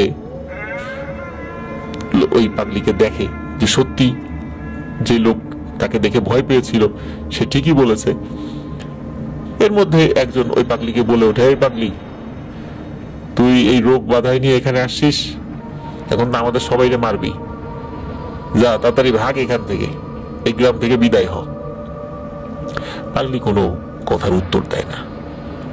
সে এই লোকজনের আসার শব্দ পাওয়ার পর থেকে সে গোঙাতে থাকে, এক ধরনের গোঙানির আওয়াজ, কিন্তু কোনো কান্নাকাটি না। তো এইভাবে লোকজন একজন একজন করে বলছে, কয়েকজন সম্মিলিত ভাবে বলছে পাগলি তার স্বভাব সুলভ আচরণ, তার আসার পর থেকে সে কারোর সাথে কথা বলে নাই, নিজের মনে বিড়বিড় করে কথা বলেছে, এবার তো বিড়বিড়ও করছে না। তো এর মধ্যে একজনের মেজাজ হয় প্রচন্ড গরম। তার নামটা এক্স্যাক্টলি বলা যায় না, তবে যতটুকু শোনা যায় তার নাম তাজুল, তাইজুল বা এই টাইপের একটা নাম। এক্স্যাক্ট নামটা নিশ্চিত হওয়া সম্ভব হয়নি, তো ধরে নিলাম তার নাম তাইজুল। তো এই তাইজুল যে লোকটা, সে খুব সুঠামদেহী, উঁচু লম্বা। উনি ছিলেন একজন দিনমজুর, খুব কঠোর পরিশ্রম করতে পারতেন, আর খুব সাহসী একজন মানুষ ছিলেন। তো উনি এগিয়ে এসে ওই পাগলিকে কয়েকটা মানে প্রশ্ন করে, এই তুই এখন বল, তুই কোন গ্রাম থেকে আসছিস? এতদিন তো বহু জিজ্ঞেস করছি আমরা, তোর নাম কি, তোর বাড়ি কোথায়, কোন গ্রামের তুই, কোনো কথা বলিস নাই, আজকে বল যে কোত্থেকে আসছিস। তো পাগলির স্বভাব সুলভ আচরণে এবারও সে কোনো কথার উত্তর দেয় না। তখন এই তাইজুলের মেজাজটা হয় প্রচন্ড গরম। একে তো বসন্ত রোগ বাধায় নিয়ে আসছে, আর একটা ছোঁয়াচে রোগ, আর গ্রামে তো এই বসন্ত রোগ একবার হলে তখন পুরো গ্রাম ধরে সাফ হয়ে যাবে, এমন একটা ভয় সকলের মধ্যে ছিল। ওই তাইজুল মেজাজ গরম করে সে কি করেছে, তার পায়ের কাছে থাকা একটা ঢিল, মাটির একটা ঢিল, সেটা হাতে নিয়েছে। হাতে নিয়ে ওই পাগলির দিকে ছুড়ে মেরেছে। তবে পাগলির মাথায় বা শরীরের তেমন কোনো জায়গায় না লাগলেও পায়ের গোড়ালিতে গিয়ে আঘাত লেগেছে। আর গোড়ালিতে গিয়ে আঘাত লাগার সাথে সাথে মানে এই যে গোঙাচ্ছিল, মুহূর্তের মধ্যে তার গোঙানি থেমে গেছে, এবং থেমে যাওয়ার সাথে সাথে সে লাফ দিয়ে উঠে দাঁড়ায় এবং মুখের উপর থেকে হাত সরিয়ে ফেলে। তখন তার এই চেহারা দেখে উপস্থিত সকলেই প্রচন্ড ভয় পান। কয়েকজন মহিলাও সেখানে আসছিলেন, তারা তো পাগলির ওই চেহারা দেখে ইনস্ট্যান্ট সেন্সলেস হয়ে পড়ে যান। উপস্থিত সকলে ভয় পেয়েছেন। আর ওই অবস্থায় পাগলি উঠে দাঁড়িয়ে শুধু একটা কথাই বলে, আমার গায়ে আঘাত করলি, গ্রামের তো অল্প কয়জনকে নিতে চেয়েছিলাম, এবার সবগুলা ভুগবি, সবগুলা মরবি। এই কথা বলার সাথে সাথে পাগলি ওখান থেকে দৌড় দেয়। উপস্থিত যারা পাগলি দৌড় দেখেছে, অদ্ভুত রকমের দৌড়, কোনো মানুষ এভাবে দৌড়ায় না।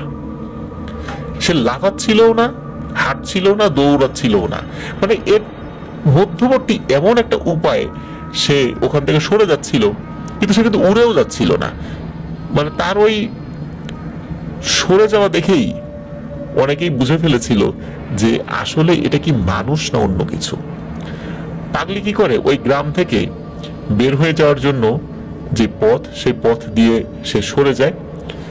তো অনেকের কাছে হারিকেন ছিল, চাঁদের আলো ছিল, কারণ ওইটা তো ভরা পূর্ণিমার রাত ছিল আর কি। তো পাগলি ওই সময় কিন্তু সাদা কাপড় পরা। তো পাগলি কি করে, ওই যে নদীর দিকে চলে যাচ্ছিল, এতটুকু দেখেছে যে সে নদীর দিকে চলে গেল, আস্তে আস্তে মিলিয়ে গেল খুব দ্রুততার সাথে, মানে অদ্ভুত গতিতে সে এগিয়ে চলে যায়। এরপরে সবকিছু স্বাভাবিক।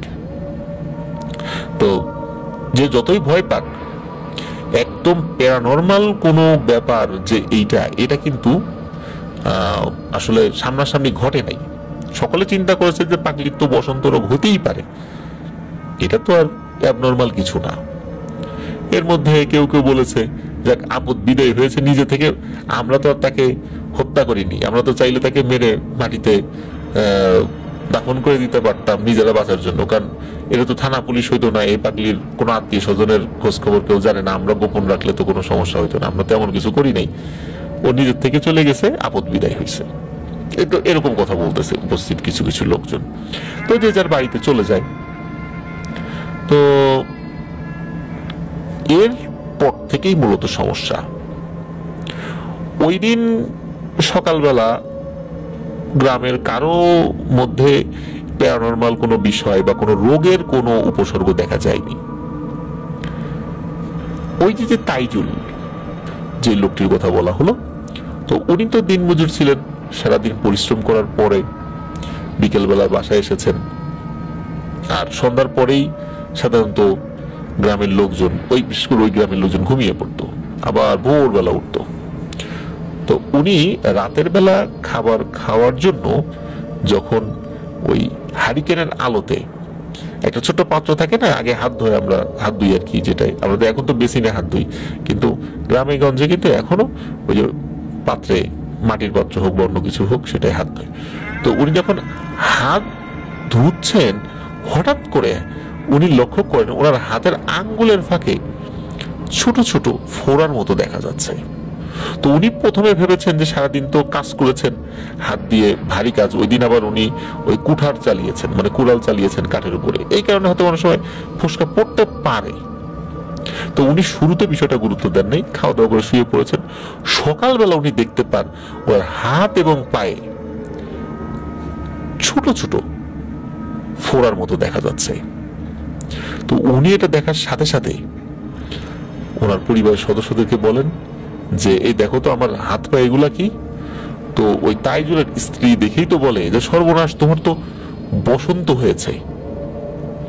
এই কথা শোনার পরে তো তাইজুলের মাথায় আকাশ ভেঙে পড়ে। এদিকে তাইজুলের বসন্ত হয়েছে, গ্রামের লোক, মানে লোকদের মুখে মুখে, মানে এটা মানে রটে যায় অল্প সময়ের মধ্যে, এবং সকলে বুঝে ফেলে যে গ্রামে বসন্ত ছড়িয়ে গেছে, এবং এর প্রথম রোগী হচ্ছে তাইজুল। তখন ওই গ্রামের লোকজনের মাথায় একটা বিষয় স্ট্রাইক করে, সেটা হলো যে আচ্ছা, এত লোক বাদ দিয়ে তাইজুলেরই কেন এটা হলো? কারণ ওই পাগলিকে তাইজুল আঘাত করেছিল, এই কারণেই হয়তো তাইজুল এটা হয়েছে। আসলে কি ওই পাগলিটা মানুষ না অন্য কিছু, এটা কিন্তু তখনও মানুষের মনের মধ্যে ঘুরপাক খাচ্ছে, নিশ্চিত না যে ওই পাগলিটা মানুষ না অন্য কিছু। ওই দিনের মধ্যেই তাইজুলের সমস্ত শরীর এই বসন্তে ভরে যায়, প্রচন্ড চিৎকার চেঁচামেচি, এবং রাতের বেলা তাইজুল মারা যায়। কোন ধরনের কোনো চিকিৎসার সুযোগ হয়নি। আর ওই সময় বসন্তের এরকম চিকিৎসা ছিল না, যোগাযোগ ব্যবস্থা তো উন্নত ছিল না। তাইজুল মারা যায়। এরপরে গ্রামের বিভিন্ন ঘরে এই বসন্তের লক্ষণ দেখা দেয়, যার হচ্ছে আস্তে আস্তে সমস্ত শরীরে হয়ে যাচ্ছে, সে মারা যাচ্ছে। এই সমস্যা যখন শুরু হয় তখন গ্রামের লোকজন তো প্রচন্ড চিন্তিত হয়ে পড়ে, এবং হওয়াটাই স্বাভাবিক, কারণ তারা জানে এই রোগে যদি এই গ্রাম আক্রান্ত হয়, পুরো গ্রাম কিন্তু একদম সাফ হয়ে যাবে। তখন গ্রামের লোকজন পরামর্শ করে কি করা যায়, এইভাবে তো চলতে দেওয়া যায় না, যেহেতু বিষয়টা সবে মাত্র শুরু, এখনই বিষয়টা থামাতে হবে। এই কারণে তারা কি করে, তাদের পরিচিত, মানে তার নামটা বেশ ভালোই ছিল, বিভিন্ন ঝাড়ফুঁক, কবিরাজি চিকিৎসা, জিন সংক্রান্ত বিষয়ের চিকিৎসা, বেশ নাম করা একজন কবিরাজ ছিল, তাদের 2 গ্রাম পরে। তো সেই 2 গ্রাম পরে তারা সেখানে যায়, এবং যার পরে তাকে বলে যে এই ব্যাপার। তখন ওই লোকটি বলে যে আসলে আমি এর আগে বসন্ত রোগের চিকিৎসা তো সেভাবে করিনি, এই বিষয়ে আমার জানাশোনা কম, আমি অন্য রোগের চিকিৎসা করেছি, তবে আমি এটা পারবো। তার জন্য আমাকে একটা আলাদা ঘর দিতে হবে, সেই ঘরে আমার বেশ কিছু রিচুয়াল আছে, সেগুলো আমাকে করতে হবে। গ্রামের লোকজন বলে কোনো সমস্যা নাই, আপনি যেভাবে বলবেন সেভাবেই হবে। গ্রামের লোকদের দুর্বলতার সুযোগে ওই যে কবিরাজ, সে বলে ওঠে যে তাকে বেশ মোটা অঙ্কের একটা টাকা দিতে হবে। গ্রামের লোকজন বলে আমরা সবাই মিলে সেটা দিব, কোনো সমস্যা নেই। কবিরাজও আসে, সে তার ট্রিটমেন্ট শুরু করে। তো 1 দিন 2 দিন 3 দিনের মাথায় সকালবেলা কবিরাজ চিৎকার চেঁচামেচি শুরু করে দিয়েছে। তো আশেপাশের লোকজন চলে আসছে, আসার পর বলে যে কি ব্যাপার, কি হয়েছে? বলে যে তোমাদের জীবন বাঁচাতে গিয়ে আমি তো এখন মরতে বসেছি। বলে কেন? বলে এই দেখো আমার হাতে বসন্ত দেখা দিচ্ছে। গ্রামের লোকজন দেখে আসলেই তো তাই। তখন কবিরাজকে বলে যে আপনি এখানে সমাধানের জন্য এসেছেন, আপনি কিভাবে এই রোগে আক্রান্ত হলেন? তখন তিনি বলছেন যে গত রাত্রে আমি স্বপ্নে দেখেছি একজন মহিলা, এই মহিলা তার সমস্ত শরীরে এই বসন্ত হয়েছে, ভয়ানক তার চেহারা, সাদা শাড়ি পরা, এবং আমাকে বলছে যে তুই কাজটা ভালো করিস নাই, তুই এই গ্রামে আসছিস, গ্রামের লোকদের সাথে তুইও মরবি। মানে ওই মহিলা সে কিন্তু স্বপ্নে বলেনি যে তুই এখান থেকে চলে যা, সে সরাসরি বলেছে তুই মরবি। তখন ওই কবিরাজ বলে যে আমি এই চিকিৎসা করতে পারবো না, কারণ এই গ্রামে বসন্ত বিবির আবির্ভাব ঘটেছিল এবং তোমরা যেটারে পাগলি মনে করে আঘাত করেছো, এইটা আসলে ছিল বসন্ত বিবি, এটা কোনো পাগলি ছিল না, এটা কোনো মানুষ ছিল না। আর আমি মূলত এই বিষয়ে খুবই অনভিজ্ঞ ছিলাম। আমি চিন্তা করেছিলাম হয়তো এমনিতেই কিছু হয়েছে, এই সুযোগে তোমাদের কাছ থেকে একটা মোটা অঙ্কের টাকা হাতিয়ে নেওয়া আমার একটা পরিকল্পনা ছিল, এই জন্য আমি মিশামিশি এখানে ট্রিটমেন্ট করছি। কিন্তু আসলে এই বিষয়টার গভীরতা আমি বুঝতে পারি নাই। এখন আমি আমার নিজের জীবন নিয়ে শঙ্কিত, তোমরা অন্য কোনো ভালো কবিরাজ টবিরাজ দেখো, আমি এখান থেকে চললাম। শোনা যায় যে উনি চলে যাওয়ার কয়েকদিনের মাথায় এই বসন্তে আক্রান্ত হয়েই তিনি মৃত্যুবরণ করেছিলেন। তো কবিরাজ তো চলে গেল, এখন তো গ্রামের লোকজনের চিন্তা আরো বেড়ে গেল, কি করা যায় কি করা যায়। ওই সময় গ্রামে ওরকম ভালো কোনো আলেমও ছিলেন না এই বিষয়ে ট্রিটমেন্ট করানোর জন্য। এদিকে গ্রামের কিন্তু বিভিন্ন ঘরে এই বসন্তের প্রকোপ দেখা দিয়েছে, কেউ মারাও যাচ্ছেন, বিশেষ করে যারা একটু বয়স্ক তারা আক্রান্ত হলেই মারা যাচ্ছিলেন। এর মধ্যে কি হয়, ওই গ্রামের একজন মাতব্বর আমরা যেটাকে বলি আর কি, বেশ প্রভাবশালী একটা পরিবার, ওনারা শুরু থেকেই বেশ আইসোলেটেড ছিলেন, তাদের বাড়িতে কাউকে আসতে দিতেন না, ওনারাও পারতপক্ষে বাইরে যেতেন না এবং নিজেরা নামাজ কালাম পড়ছিলেন, আল্লাহর কাছে সাহায্য চাইছিলেন যাতে করে কোনো সমস্যা না হয়। তো ওই বাড়ির যিনি মাতব্বর, ওনার যে ছেলে, ওনার ছেলে পরিণত বয়স্ক ছিল, তাকে বিয়েও দিয়েছিলেন, বছর দুয়েক হলো। তো সেই ঘরে তার একটা নাতি জন্ম নেয়। তো ওনার যে বেটার বউ মানে ছেলের ওয়াইফ সকালবেলা তার বাচ্চার শরীরের দিকে তাকিয়ে দেখতে পান তার বাচ্চার হাতে এবং পায়ে ছোট ছোট ফুসকুড়ির মতো, মানে ছোট ফোড়া, একদম ছোট আর কি। উনি তো এটা দেখেই একদম চিৎকার চেঁচামেচি কান্নাকাটি যে আমার ছেলের বসন্ত হয়েছে। এখন পরিবারের বড় কারো হলো না, এত ছোট্ট একটা ফুটফুটে বাচ্চা, তার বয়স ছিল 6 থেকে 7 মাস। তো পরিবারের প্রথম একটা নাতি হয়েছে, পরিবারের সকলেতে আনন্দ ছিল, কিন্তু তার বসন্ত হয়েছে এইটা শোনার সাথে সাথে এবং দেখার সাথে সাথে সকলের মনে ভয় ঢুকে যায় এবং সকলেই শোকে কাতর হয়ে পড়েন। নিজেদের চিন্তা না, নাতির চিন্তায় তার দাদা দাদির অবস্থা শোচনীয়। এদিকে এই বাচ্চার মা তো কান্নাকাটি করছে এবং তার শ্বশুরকে বলছে যে আব্বা আপনি যেভাবেই হোক এই সমস্যার সমাধান করেন, আর একটা মানুষ যেন মারা না যায়, আর আমার ছেলে যে কোনো ভাবে যেন সুস্থ হয়, আপনি ব্যবস্থা করেন। এদিকে নিজের নাতির একমাত্র নাতি, তখনও ওনাদের পরিবারের অন্য ছেলে মেয়েদের কোনো সন্তানাদি হয়নি, ওনার বড় ছেলের ঘরের প্রথম সন্তান। এখন উনিও তো চিন্তাগ্রস্ত যে কি করা যায় কি করে, বাড়িতে তো কান্নাকাটি শুরু হয়ে গেছে। তখন উনি বলছেন যে যেভাবেই হোক এটা সমাধান আমাকে করতে হবে, দেখি কি করা যায়। আমি আজকেই চারদিকে খবর নিচ্ছি যে কোথায় ভালো একজন লোক পাওয়া যায় যিনি এই সমস্যার সমাধানে উদ্যোগী হতে পারবেন এবং এই বিষয়ে যার অভিজ্ঞতা আছে।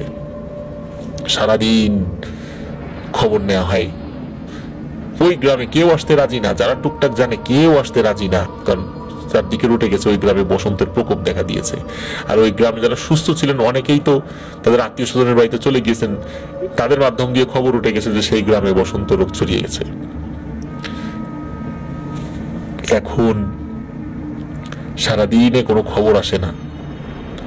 অবশেষে রাতের বেলা খবর আসে, তাদের গ্রাম থেকে প্রায় 5-6 গ্রাম পরে একজন অতি বয়স্ক কবিরাজ আছে, বয়স অনেক হয়ে গেছে, 80-90 এরকম বয়স আর কি তার।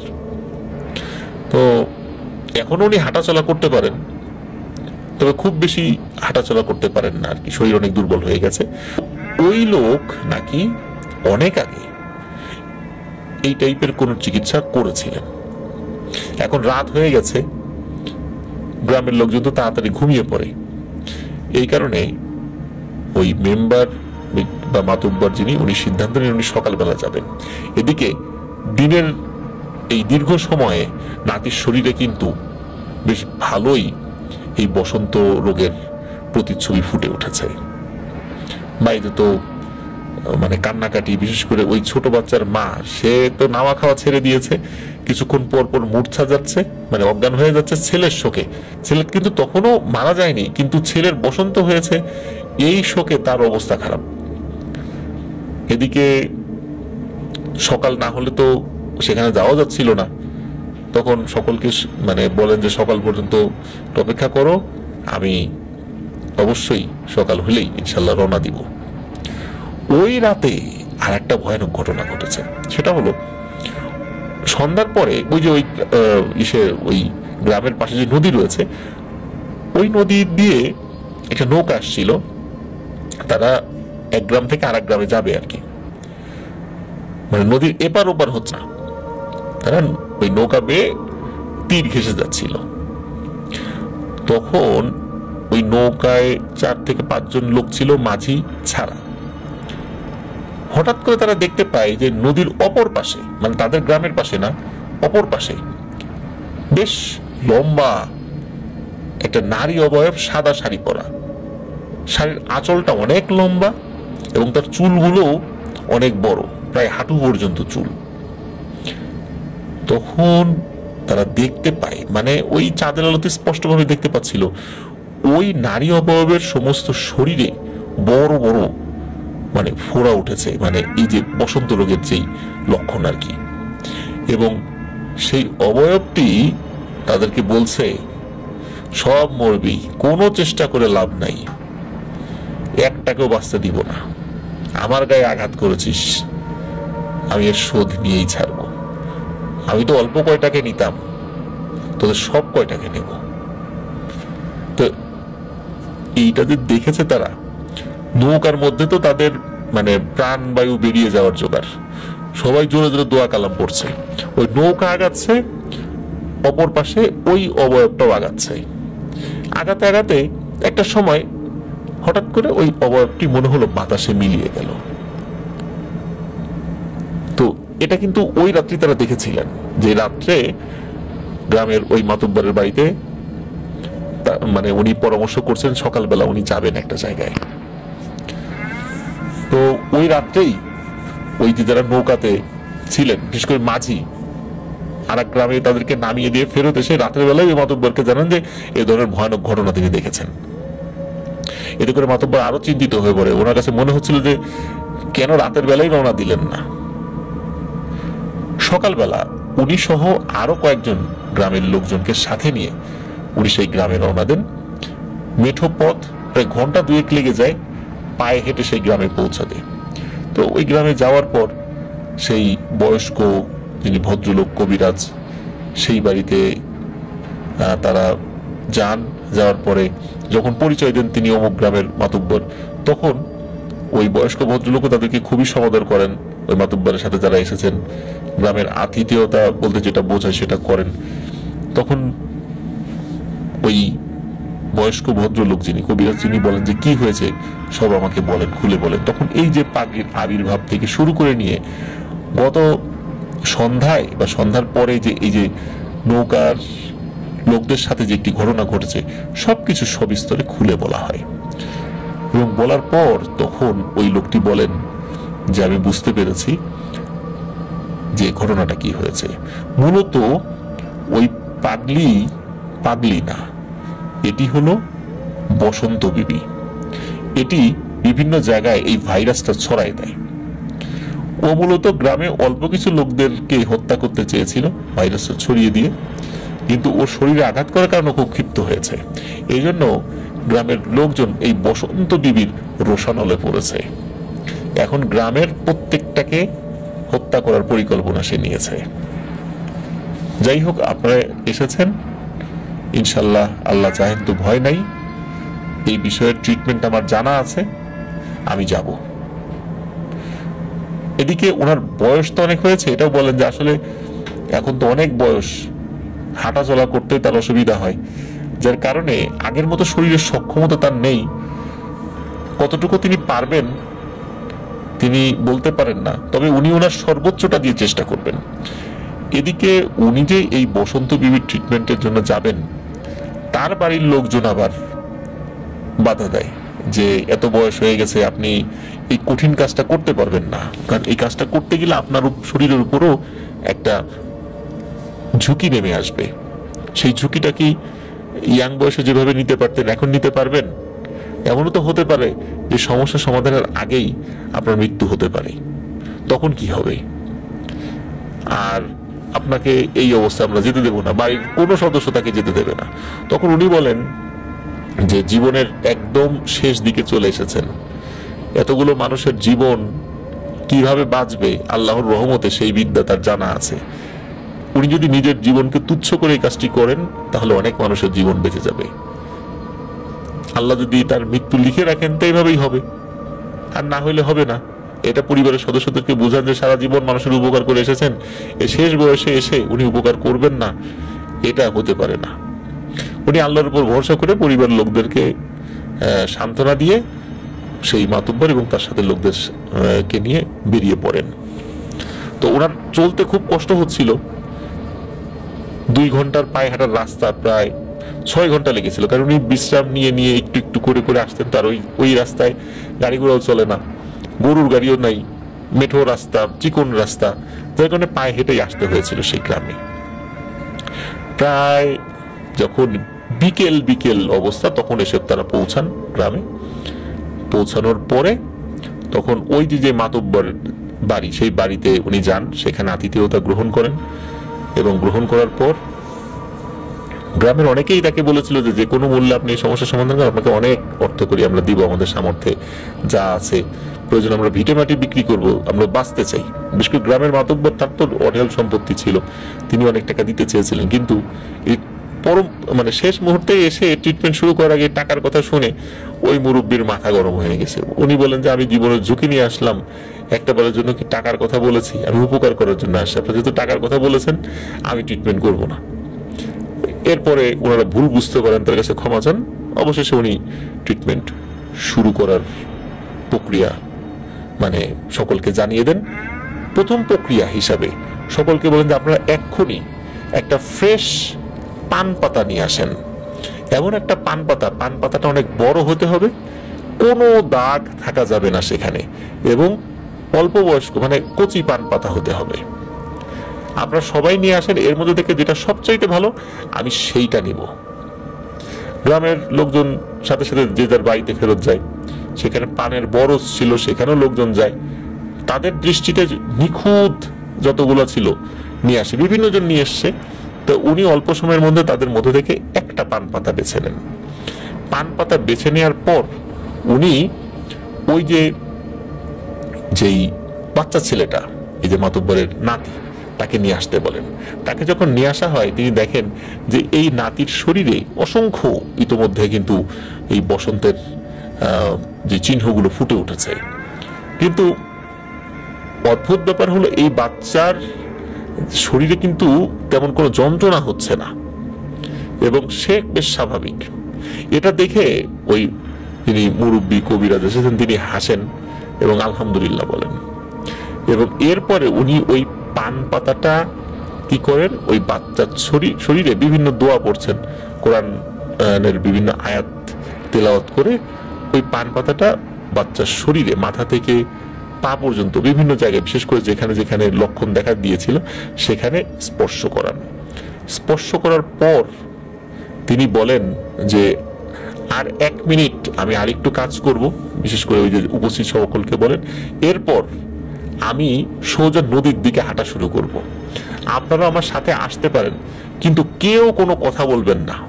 আমি নিজে যতক্ষণ না কথা বলবো, আমার সাথে কেউ কথা বলবেন না, আপনারা নিজেরাও নিজেদের সাথে কথা বলবেন না। শুধু দোয়া পড়তে থাকেন, যে যেই দোয়া পারেন বা যে যেই ধর্মের আছেন, অনেকে মুসলিম ছাড়া অন্য ধর্মের আছেন, তারা তাদের যেই তন্ত্রমন্ত্র আছে পড়তে থাকেন। এখন আমরা নদীর দিকে যাব। ঠিক 1 মিনিট উনি আরো কিছু কাজ করেন, করার পরে উনি সোজা হাঁটতে থাকেন নদীর দিকে। আর নদীর দিকে হাঁটতে থাকার ঠিক আগ মুহূর্তে উনি ওই পান পাতাটা ভাঁজ করেন। ভাঁজ করে উনি মুখে পুরে দেন নিজের এবং চাবাতে থাকেন। চাবাচ্ছেন আর নদীর দিকে হাঁটছেন। নদীটা খুব বেশি দূরে ছিল না। এদিকে সন্ধ্যা ঘনিয়ে আসছে। উনি নদীর কাছে আসেন, আসার পর নদীর পানিতে নেমে পড়েন।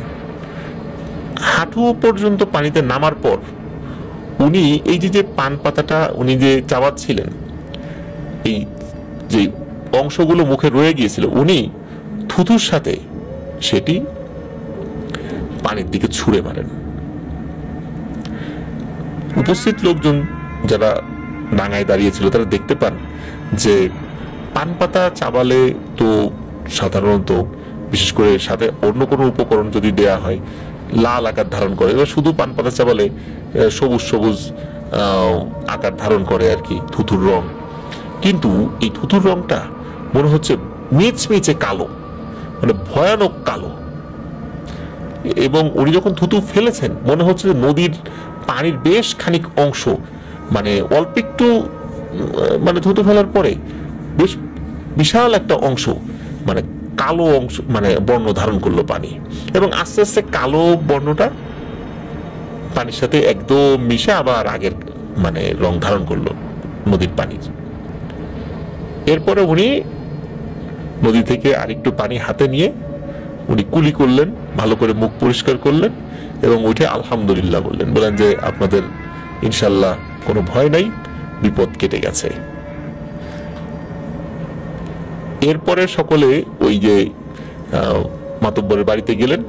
অদ্ভুত ব্যাপার, মাতব্বরের নাতি মানে অনেকটাই সুস্থ হয়ে গেছে। তার শরীরের যে দাগগুলো, বিশেষ করে যে বসন্তের কারণে যেই ফোড়াগুলো উঠছিল, সেটা মানে ম্যাজিকের মতো মিলিয়ে যেতে শুরু করেছে।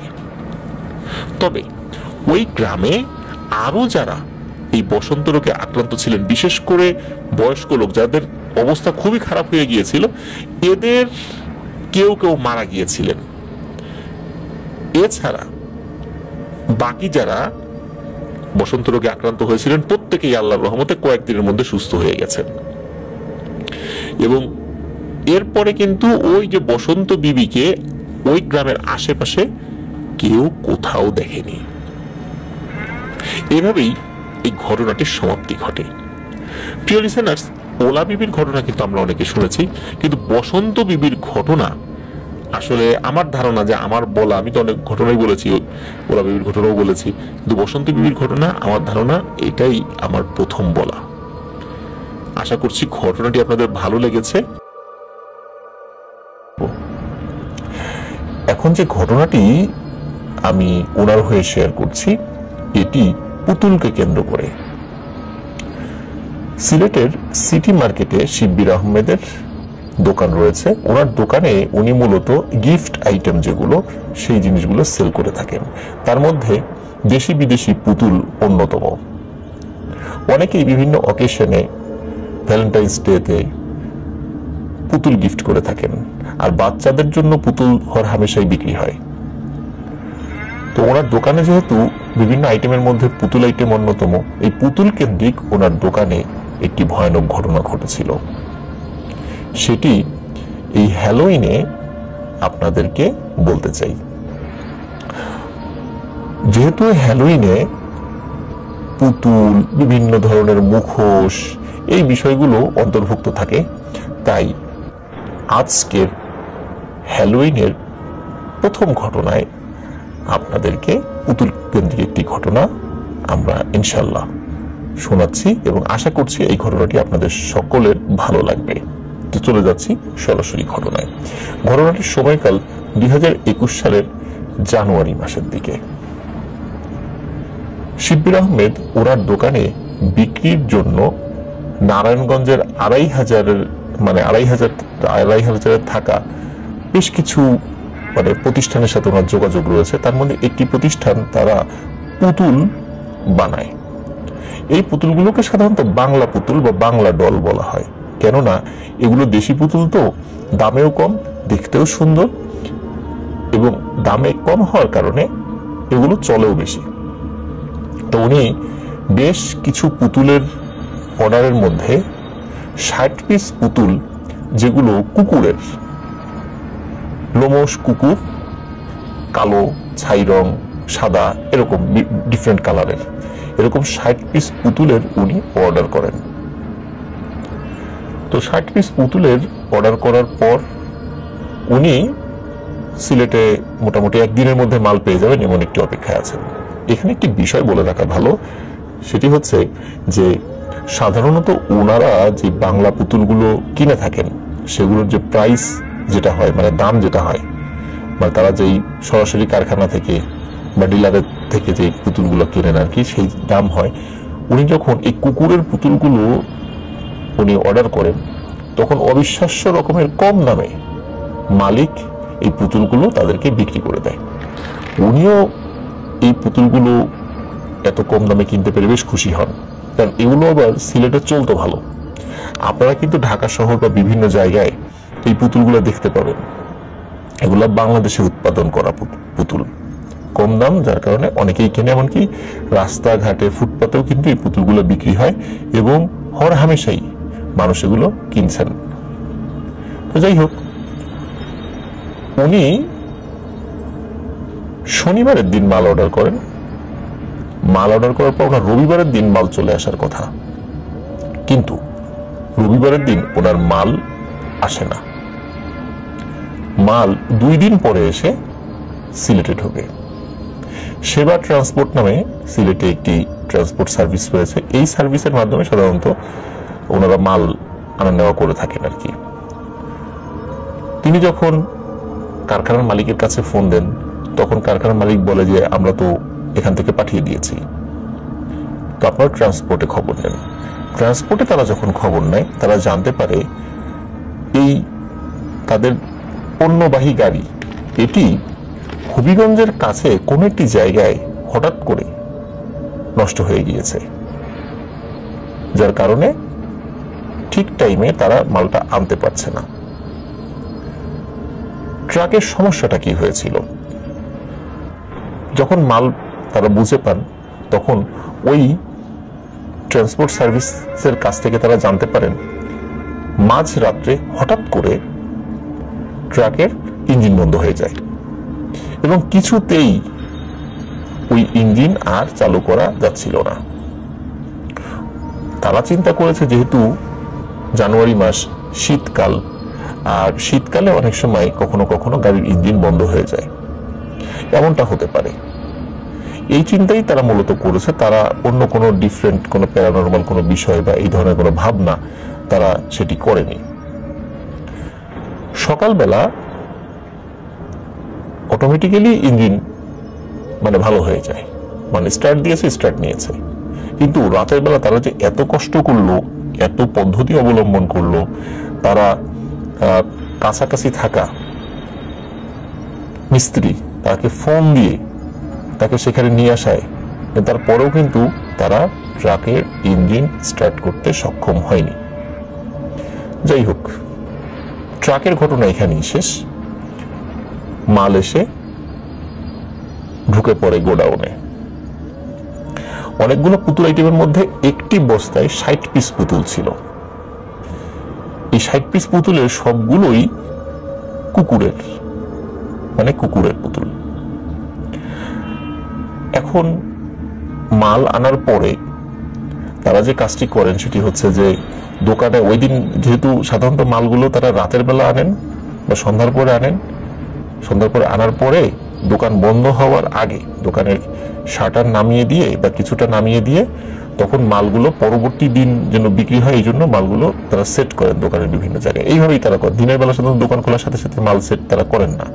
যা করার, দোকান বন্ধ হওয়ার পর, মানে ক্লোজিং হওয়ার পর কিছু সময় নিয়ে তারা মালগুলো সেট করেন। তো যেদিন এসেছে, দিনের বেলা এসেছে, যার কারণে তারা ওই দিন আর মাল সেট করেননি। তারা চিন্তা করছে রাতের বেলা করব, রাতের বেলা দোকান বন্ধ হওয়ার পর সবাই খাওয়া দাওয়া করে তখন এটা করব। তখন যে কাজটি করে সেটা হলো ওই পুতুলের বস্তাটি উপর তলায়, মানে তার শিব্বির আহমেদের দোকান হলো খুলনা সিটি মার্কেটে, সিটি মার্কেটের দোতলাতে তাদের গোডাউন রয়েছে, সেখানে এই পুতুলের বস্তাটি রেখে আসে। ওই দিন বেচা কেনা করতে করতে, মানে বেশ ভালোই বেচা কেনা হচ্ছিল, বেশ রাত হয়ে যায় এবং তাদেরও নিজস্ব কিছু হিসাব নিকাশের কাজ ছিল। কারণ তারা প্রতিদিন যেই মালগুলো বিক্রি করে প্রত্যেকটা মালের নাম এবং মূল্য এটি লিখে রাখে, যে কোন মালটা কত টাকায় বিক্রি হয়েছে, যাতে প্রতিদিন তারা স্টকের একটা হিসাব রাখতে পারে এবং প্রতিদিন তাদের আয় ব্যয় এটার একটা হিসাব রাখতে পারে। তো এগুলোর হিসাব মেলাতে মেলাতে বেশ রাত হয়ে যায়, রাত প্রায় 2টো বাজে। তখন তারা চিন্তা করে যে যে মালগুলো আজকে ঢুকেছে, এই পুতুলগুলো, এগুলো তো দোকানে সেট করার দরকার। তখন শিব্বির আহমেদ তার দোকানে থাকা একজন কর্মচারী, তো তাকে বলে যে দোতলা থেকে ওই পুতুলের বস্তাটি নিয়ে আসতে।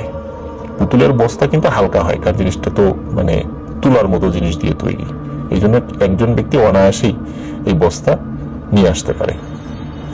যেহেতু তারা সচরাচর এই টাইপের মাল উপর থেকে নিয়ে আবার দোকানে এদিকে নিয়ে আসা এটা অভ্যস্ত, এই জন্য একাই সে চলে গিয়েছে, কোনো মানুষকে সাথে প্রয়োজন হয়নি।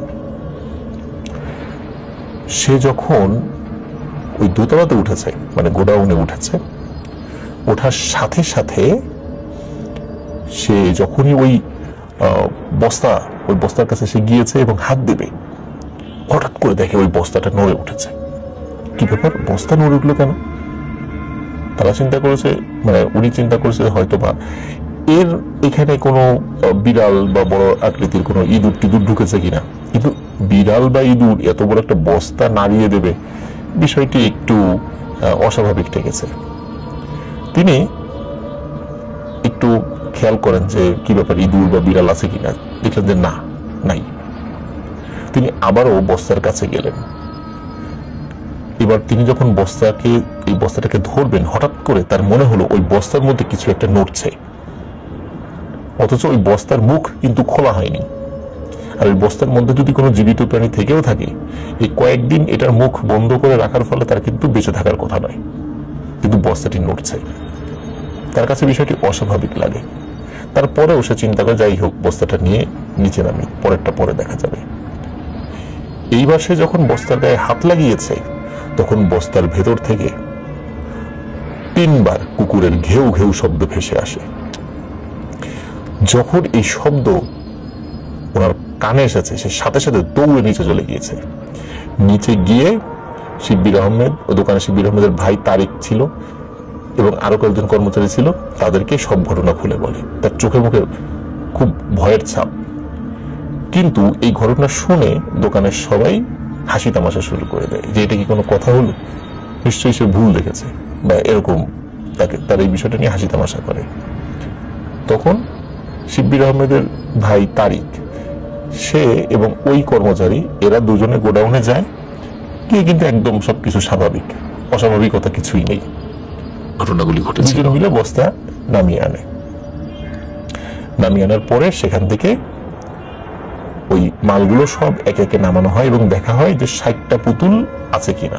তারা গুনে দেখে 60টা পুতুলই আছে।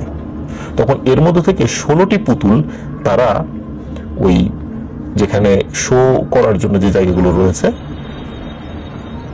সেখানে 16টি পুতুল রেখে দেয় এবং বাকি পুতুলগুলো আবার বস্তাবন্দি করে তারা গোডাউনে রেখে গোডাউন আবার তালাবন্ধ করে দেয়। তারা প্রত্যেকেই কিন্তু গুনেছে সেখানে 16টি পুতুল রয়েছে এবং সবগুলো পুতুল একই রকমের, মানে কুকুরের পুতুল। কালারের কিছু ভেরিয়েশন আছে, কিন্তু একই কোয়ালিটির আর কি, একই মানে ধরনের আর কি। তারা দোকান বন্ধ করে বাড়িতে চলে যায়। বাড়িতে চলে যাওয়ার পর পরের দিন সকালবেলা যার কাছে ওই দোকানের চাবি ছিল, যে কর্মচারীর কাছে, সে যখন এসে খুলে দেখে যে যেই জায়গাতে 16টি পুতুল রাখা হয়েছিল সেখানে একটি জায়গায় একটি পুতুল নেই এবং ওই জায়গাটা খালি, এবং বোঝা যাচ্ছে যে ওখানে কিছু একটা ছিল কিন্তু এখন সেটা নেই। আজব ব্যাপার, এটা খালি হলো কিভাবে? পুতুল যদি পড়ে গিয়ে থাকে আশেপাশে তাহলে তো সেটা দেখা যাবে, কিন্তু সেটা দেখা যাচ্ছে না। উনি পুতুল খোঁজাখুঁজি করেন, পুতুল আর পান না, এবং ওখানে কুকুরের পুতুল সে গুনে দেখে 15টি রয়েছে। যাই হোক, কিছু সময়ের মধ্যে শিব্বির আহমেদ, তার ভাই তারিক এবং দোকানের অন্যান্য লোক চলে আসে। তাদের কাছে বিষয়টি যখন খুলে বলে তখন তারা বলে যে কি ব্যাপার, এমন তো হওয়ার কথা নয়, গতকালকেই তো আমরা সবাই মিলে 16টি পুতুল গুনে রাখলাম, তারপরে ভুল হতে পারে। আর রাতের বেলা সাজিয়ে রাখা হয়েছে, সকালবেলা এসে দোকান খোলা হয়েছে, একটি পুতুল তো এখনো বিক্রি হয়নি, কারণ প্রতিদিন বিক্রির যে তালিকা সেটা তাদের কাছে থাকে, একটি পুতুল তো এখনো বিক্রি হয়নি, তাহলে পুতুলটি কোথায় গেল? তাদের মনে সন্দেহ লাগে। আর একটি বিষয়, যখন দেখলো যে পুতুলের ওই জায়গাটা ফাঁকা, যেখানে একটি পুতুল ছিল সেই জায়গাটি ফাঁকা, তাহলে পুতুলটি কোথায় গেল? তারা যে কাজটি করলো, তারা ওই যে বস্তার মধ্যে থাকা যে পুতুলগুলো, এইগুলো আবার চেক করতে গেল যে ওখানে কয়টি পুতুল রয়েছে। ওখানে গিয়ে তারা গুনে দেখতে পেল যে ওখানে 45টি পুতুল রয়েছে। তার মানে হচ্ছে যে 15টি পুতুল দোকানে আর 45টি পুতুল ওই গোডাউনে বস্তার মধ্যে। কিন্তু এমনটি হওয়ার কথা নয়, কারণ ওখানে 44টি পুতুল থাকার কথা, 16টি পুতুল থাকার কথা হচ্ছে দোকানে, এবং ওখানে সবাই মিলে গুনে গুনে 16টি পুতুলই রেখেছিল। তাহলে একটা পুতুল ওই জায়গা থেকে কে সরিয়ে এনে এই বস্তার মধ্যে রেখেছে? কারণ দোকান সবাই একসাথে বন্ধ করে বের হয়েছে, এরপরে কেউ এসে আবার ওই গোডাউন খুলে সেখানে একটি পুতুল ভরবে, এমন কাজটি করার মতো কারো ইচ্ছা বা আগ্রহ এমন কোনোটাই হওয়ার কথা নয়। তাহলে পুতুলটি কিভাবে এখানে এলো? যাই হোক, সবাই চিন্তা করেছে এটা হয়তো বা ভুল করে চলে এসেছে, ভুল হতেই পারে, যদিও এটা ভুল হওয়ার কথা নয়, তারা 100% নিশ্চিত, তারপরেও তারা ধরে নিয়েছে এটা ভুল হয়েছে। ওই দিনের যে বেচা কেনার একটা বিষয়, সেটা আপনাদেরকে আমি বলি। শিব্বির আহমেদের তথ্য অনুযায়ী ওই দিনে তাদের কোনো বেচা কেনা হয়নি। এটা অসম্ভব ব্যাপার, প্রতিদিন তাদের প্রচুর সেল হয়, কিন্তু ওই দিন তাদের কোনো সেল হয়নি। এবং পুতুল তো দূরের কথা, অন্যান্য যে আইটেমগুলো সেগুলো কেউ দোকানে অল্প কিছু কাস্টমার আসছে কিন্তু কেউ কিনছে না। আরো একটি বিষয় তারা লক্ষ্য করে, যখনই যেহেতু গিফট আইটেম বাচ্চাদেরকে নিয়ে আসে অনেক গার্ডিয়ান, যখনই বাচ্চারা ওই যে কুকুরের পুতুল যে জায়গাটা রাখা আছে, সুন্দর সুন্দর কুকুরের পুতুল, বাচ্চারা যখনই ওখানে আসে তারা ভয়ে চিৎকার চেঁচামেচি শুরু করে, ছোট ছোট বাচ্চারা কান্নাকাটিও করে। এখন তারা কি দেখে আর কেন কান্নাকাটি করছে তারা নিজেরাও জানে না। শুধু এবং এই সমস্ত বাচ্চারাই কান্নাকাটি করে যারা ভালোভাবে কথা বলতে পারে না। কথা বললে তো সে বলতে পারবে সে কি দেখেছে, কথা বলতে পারে না এমন বাচ্চারা সাধারণত এটা দেখে খুব ভয় পাচ্ছে, কান্নাকাটি করছে। এখন বাচ্চারা যে পুতুল দেখে ভয় পাচ্ছে, স্বাভাবিকভাবে গার্ডিয়ানরা সেই পুতুলটা কিনে দেবে না। তো চলে যাচ্ছে পরবর্তী দিনের ঘটনায়। পরবর্তী দিনে কিন্তু একই ঘটনা ঘটে, কারণ হচ্ছে ওই যে বস্তা থেকে কিন্তু একটি পুতুল এনে আবার 16টি করে রেখে দেওয়া হয়েছিল। এবার আর ভুল হওয়ার কথা নয়, কারণ এখানে 16টি পুতুলই রয়েছে। পরের দিন সকালবেলা এসে দেখা গেল ওই সেই জায়গাটাতে যে পুতুলটি এনে রেখে দেওয়া হয়েছিল, কুকুরের পুতুলটি, ওই জায়গায় আজকেও ফাঁকা, পুতুল নেই। পুতুল গেল কোথায়? তখন দোকানে যখন সবাই আসে এই বিষয়টি বলা হয়, তখন তারা সবাই মিলে আবার গোডাউনে যায়। গোডাউনে গিয়ে দেখে, প্রত্যেকেই দেখেছে এটা, যে ওই যে পুতুলটি, কুকুরের পুতুলটি বস্তার পাশে খুব সুন্দর করে বসিয়ে রাখা হয়েছে। মানে সে পুতুলটি যে কাত হয়ে পড়ে থাকবে এমনটা না, মনে হচ্ছে যে কেউ খুব সুন্দর করে পুতুলটি এখানে এসে রেখে দিয়েছে, অথবা পুতুলটি একাই হেঁটে হেঁটে এসে এখানে বসে রয়েছে, এমনটা মনে হচ্ছে। নাহলে এত সুন্দর করে এইভাবে পুতুল এখানে রেখে যাওয়ার কথা নয় বা আসারও কথা নয়। তারা এবার সকলেই ভয় পায় যে আসলে কি হচ্ছে, এটা তো স্বাভাবিক কোনো বিষয় নয়। এর মধ্যে দোকানের একজন কর্মচারী, সে আবার আসতে দেরি করেছিল, সে দোকানে এসে দোকানে উপস্থিত সবাইকে একটি ঘটনা বলে। সেটি হচ্ছে যে সে ওই রাতে স্বপ্ন দেখেছে, স্বপ্নে এই কুকুর পুতুলটাকে দেখেছে এবং কুকুর পুতুলটি তাকে বলছে, তোরা একটা পুতুলও বিক্রি করবি না, এই 60টি পুতুলের একটি পুতুলও বিক্রি করবি না। তার মানে হচ্ছে যে কুকুরের যে পুতুলগুলো, এই পুতুলগুলো যেন একটাও বিক্রি না করে, এমনটি কেউ একজন এসে বলছে। তার এই স্বপ্ন দেখার মানে পর সে যখন এসে বলে, দোকানের সবাই এবারও বিষয়টি আসলে গুরুত্ব দেয় না, যে দূর এটা হতেই পারে। কিন্তু সমস্যা যেটা হলো সেটা হচ্ছে যে ওই দিনেও তাদের সেল খুবই কম হয়েছে, কিন্তু খুবই কম, কিন্তু ওই যে 60টি পুতুলের একটি পুতুলও বিক্রি হয়নি। আর ওই রাতে শিব্বির আহমদের ভাই তারেক, সে স্বপ্ন দেখে ঠিক একই স্বপ্ন যেটি ওই দোকানের কর্মচারী দেখেছিল। তারেক স্বপ্ন দেখে যে কেউ একজন এসে বলছে, খবরদার এই 60টি পুতুলের একটি পুতুলও কেউ বিক্রি করবি না। তারেক যখন এই স্বপ্ন দেখে, রাতের বেলায় তার ঘুম ভেঙে যায় এবং শিব্বির আহমেদকে ঘুম থেকে ডেকে তোলে এবং বলে যে এই ঘটনা সেই স্বপ্ন দেখেছে। তখন শিব্বির আহমেদের টনক নড়ে খুব ভালো করে, যে আসলেই ওরা খুব একটা ভুল কাজ করেছে। তা না হলে গত কয়েকদিন আমাদের সেল এত কম হয় কেন, দোকানে কোনো কাস্টমার আসে না কেন? সত্যি তো এটি স্বাভাবিক কোনো বিষয় নয়। তখন শিব্বির আহমেদ একজন পরিচিত হুজুরের কাছে যান। তখন হুজুর উনি সমস্ত বিষয় শুনে তিনি বলেন, এই পুতুল, বিশেষ করে যেই পুতুলটি বারবার সরে যাচ্ছে, এটি সুরমা নদীতে ফেলে দাও, আর অন্য যে পুতুলগুলো রয়েছে দোকান থেকে তাড়াতাড়ি সরিয়ে ফেলো, এবং এই পুতুলগুলি কি করবে সেটা তোমার দায়িত্ব, যদি পারো ফেলে দাও, আর যদি একান্তই ফেলতে না পারো, যেহেতু টাকা দিয়ে কিনে নিয়ে এসেছো, দোকান থেকে তাড়াতাড়ি সরাও, গোডাউন থেকে সরাও, একদম ফুটপাতে যে দাম পারো সেই দামে বিক্রি করে দাও। ওই দিন তারা এই কাজটি করেন। ওই পুতুলগুলো ওনাদের এক কর্মচারীকে দিয়ে পাঠিয়ে দেন একটি ব্যস্ততম জায়গায়, ওখানে একদম অল্প টাকায়, খুবই সামান্য টাকা, মানে কোনো মতে ঘাট থেকে এটা নামাতে পারলেই বাঁচে এমন একটা অবস্থা, পুতুলগুলো সেল করে দেয়। এরপর থেকে দোকানের বেচা কেনা আবার স্বাভাবিক হয়ে যায়।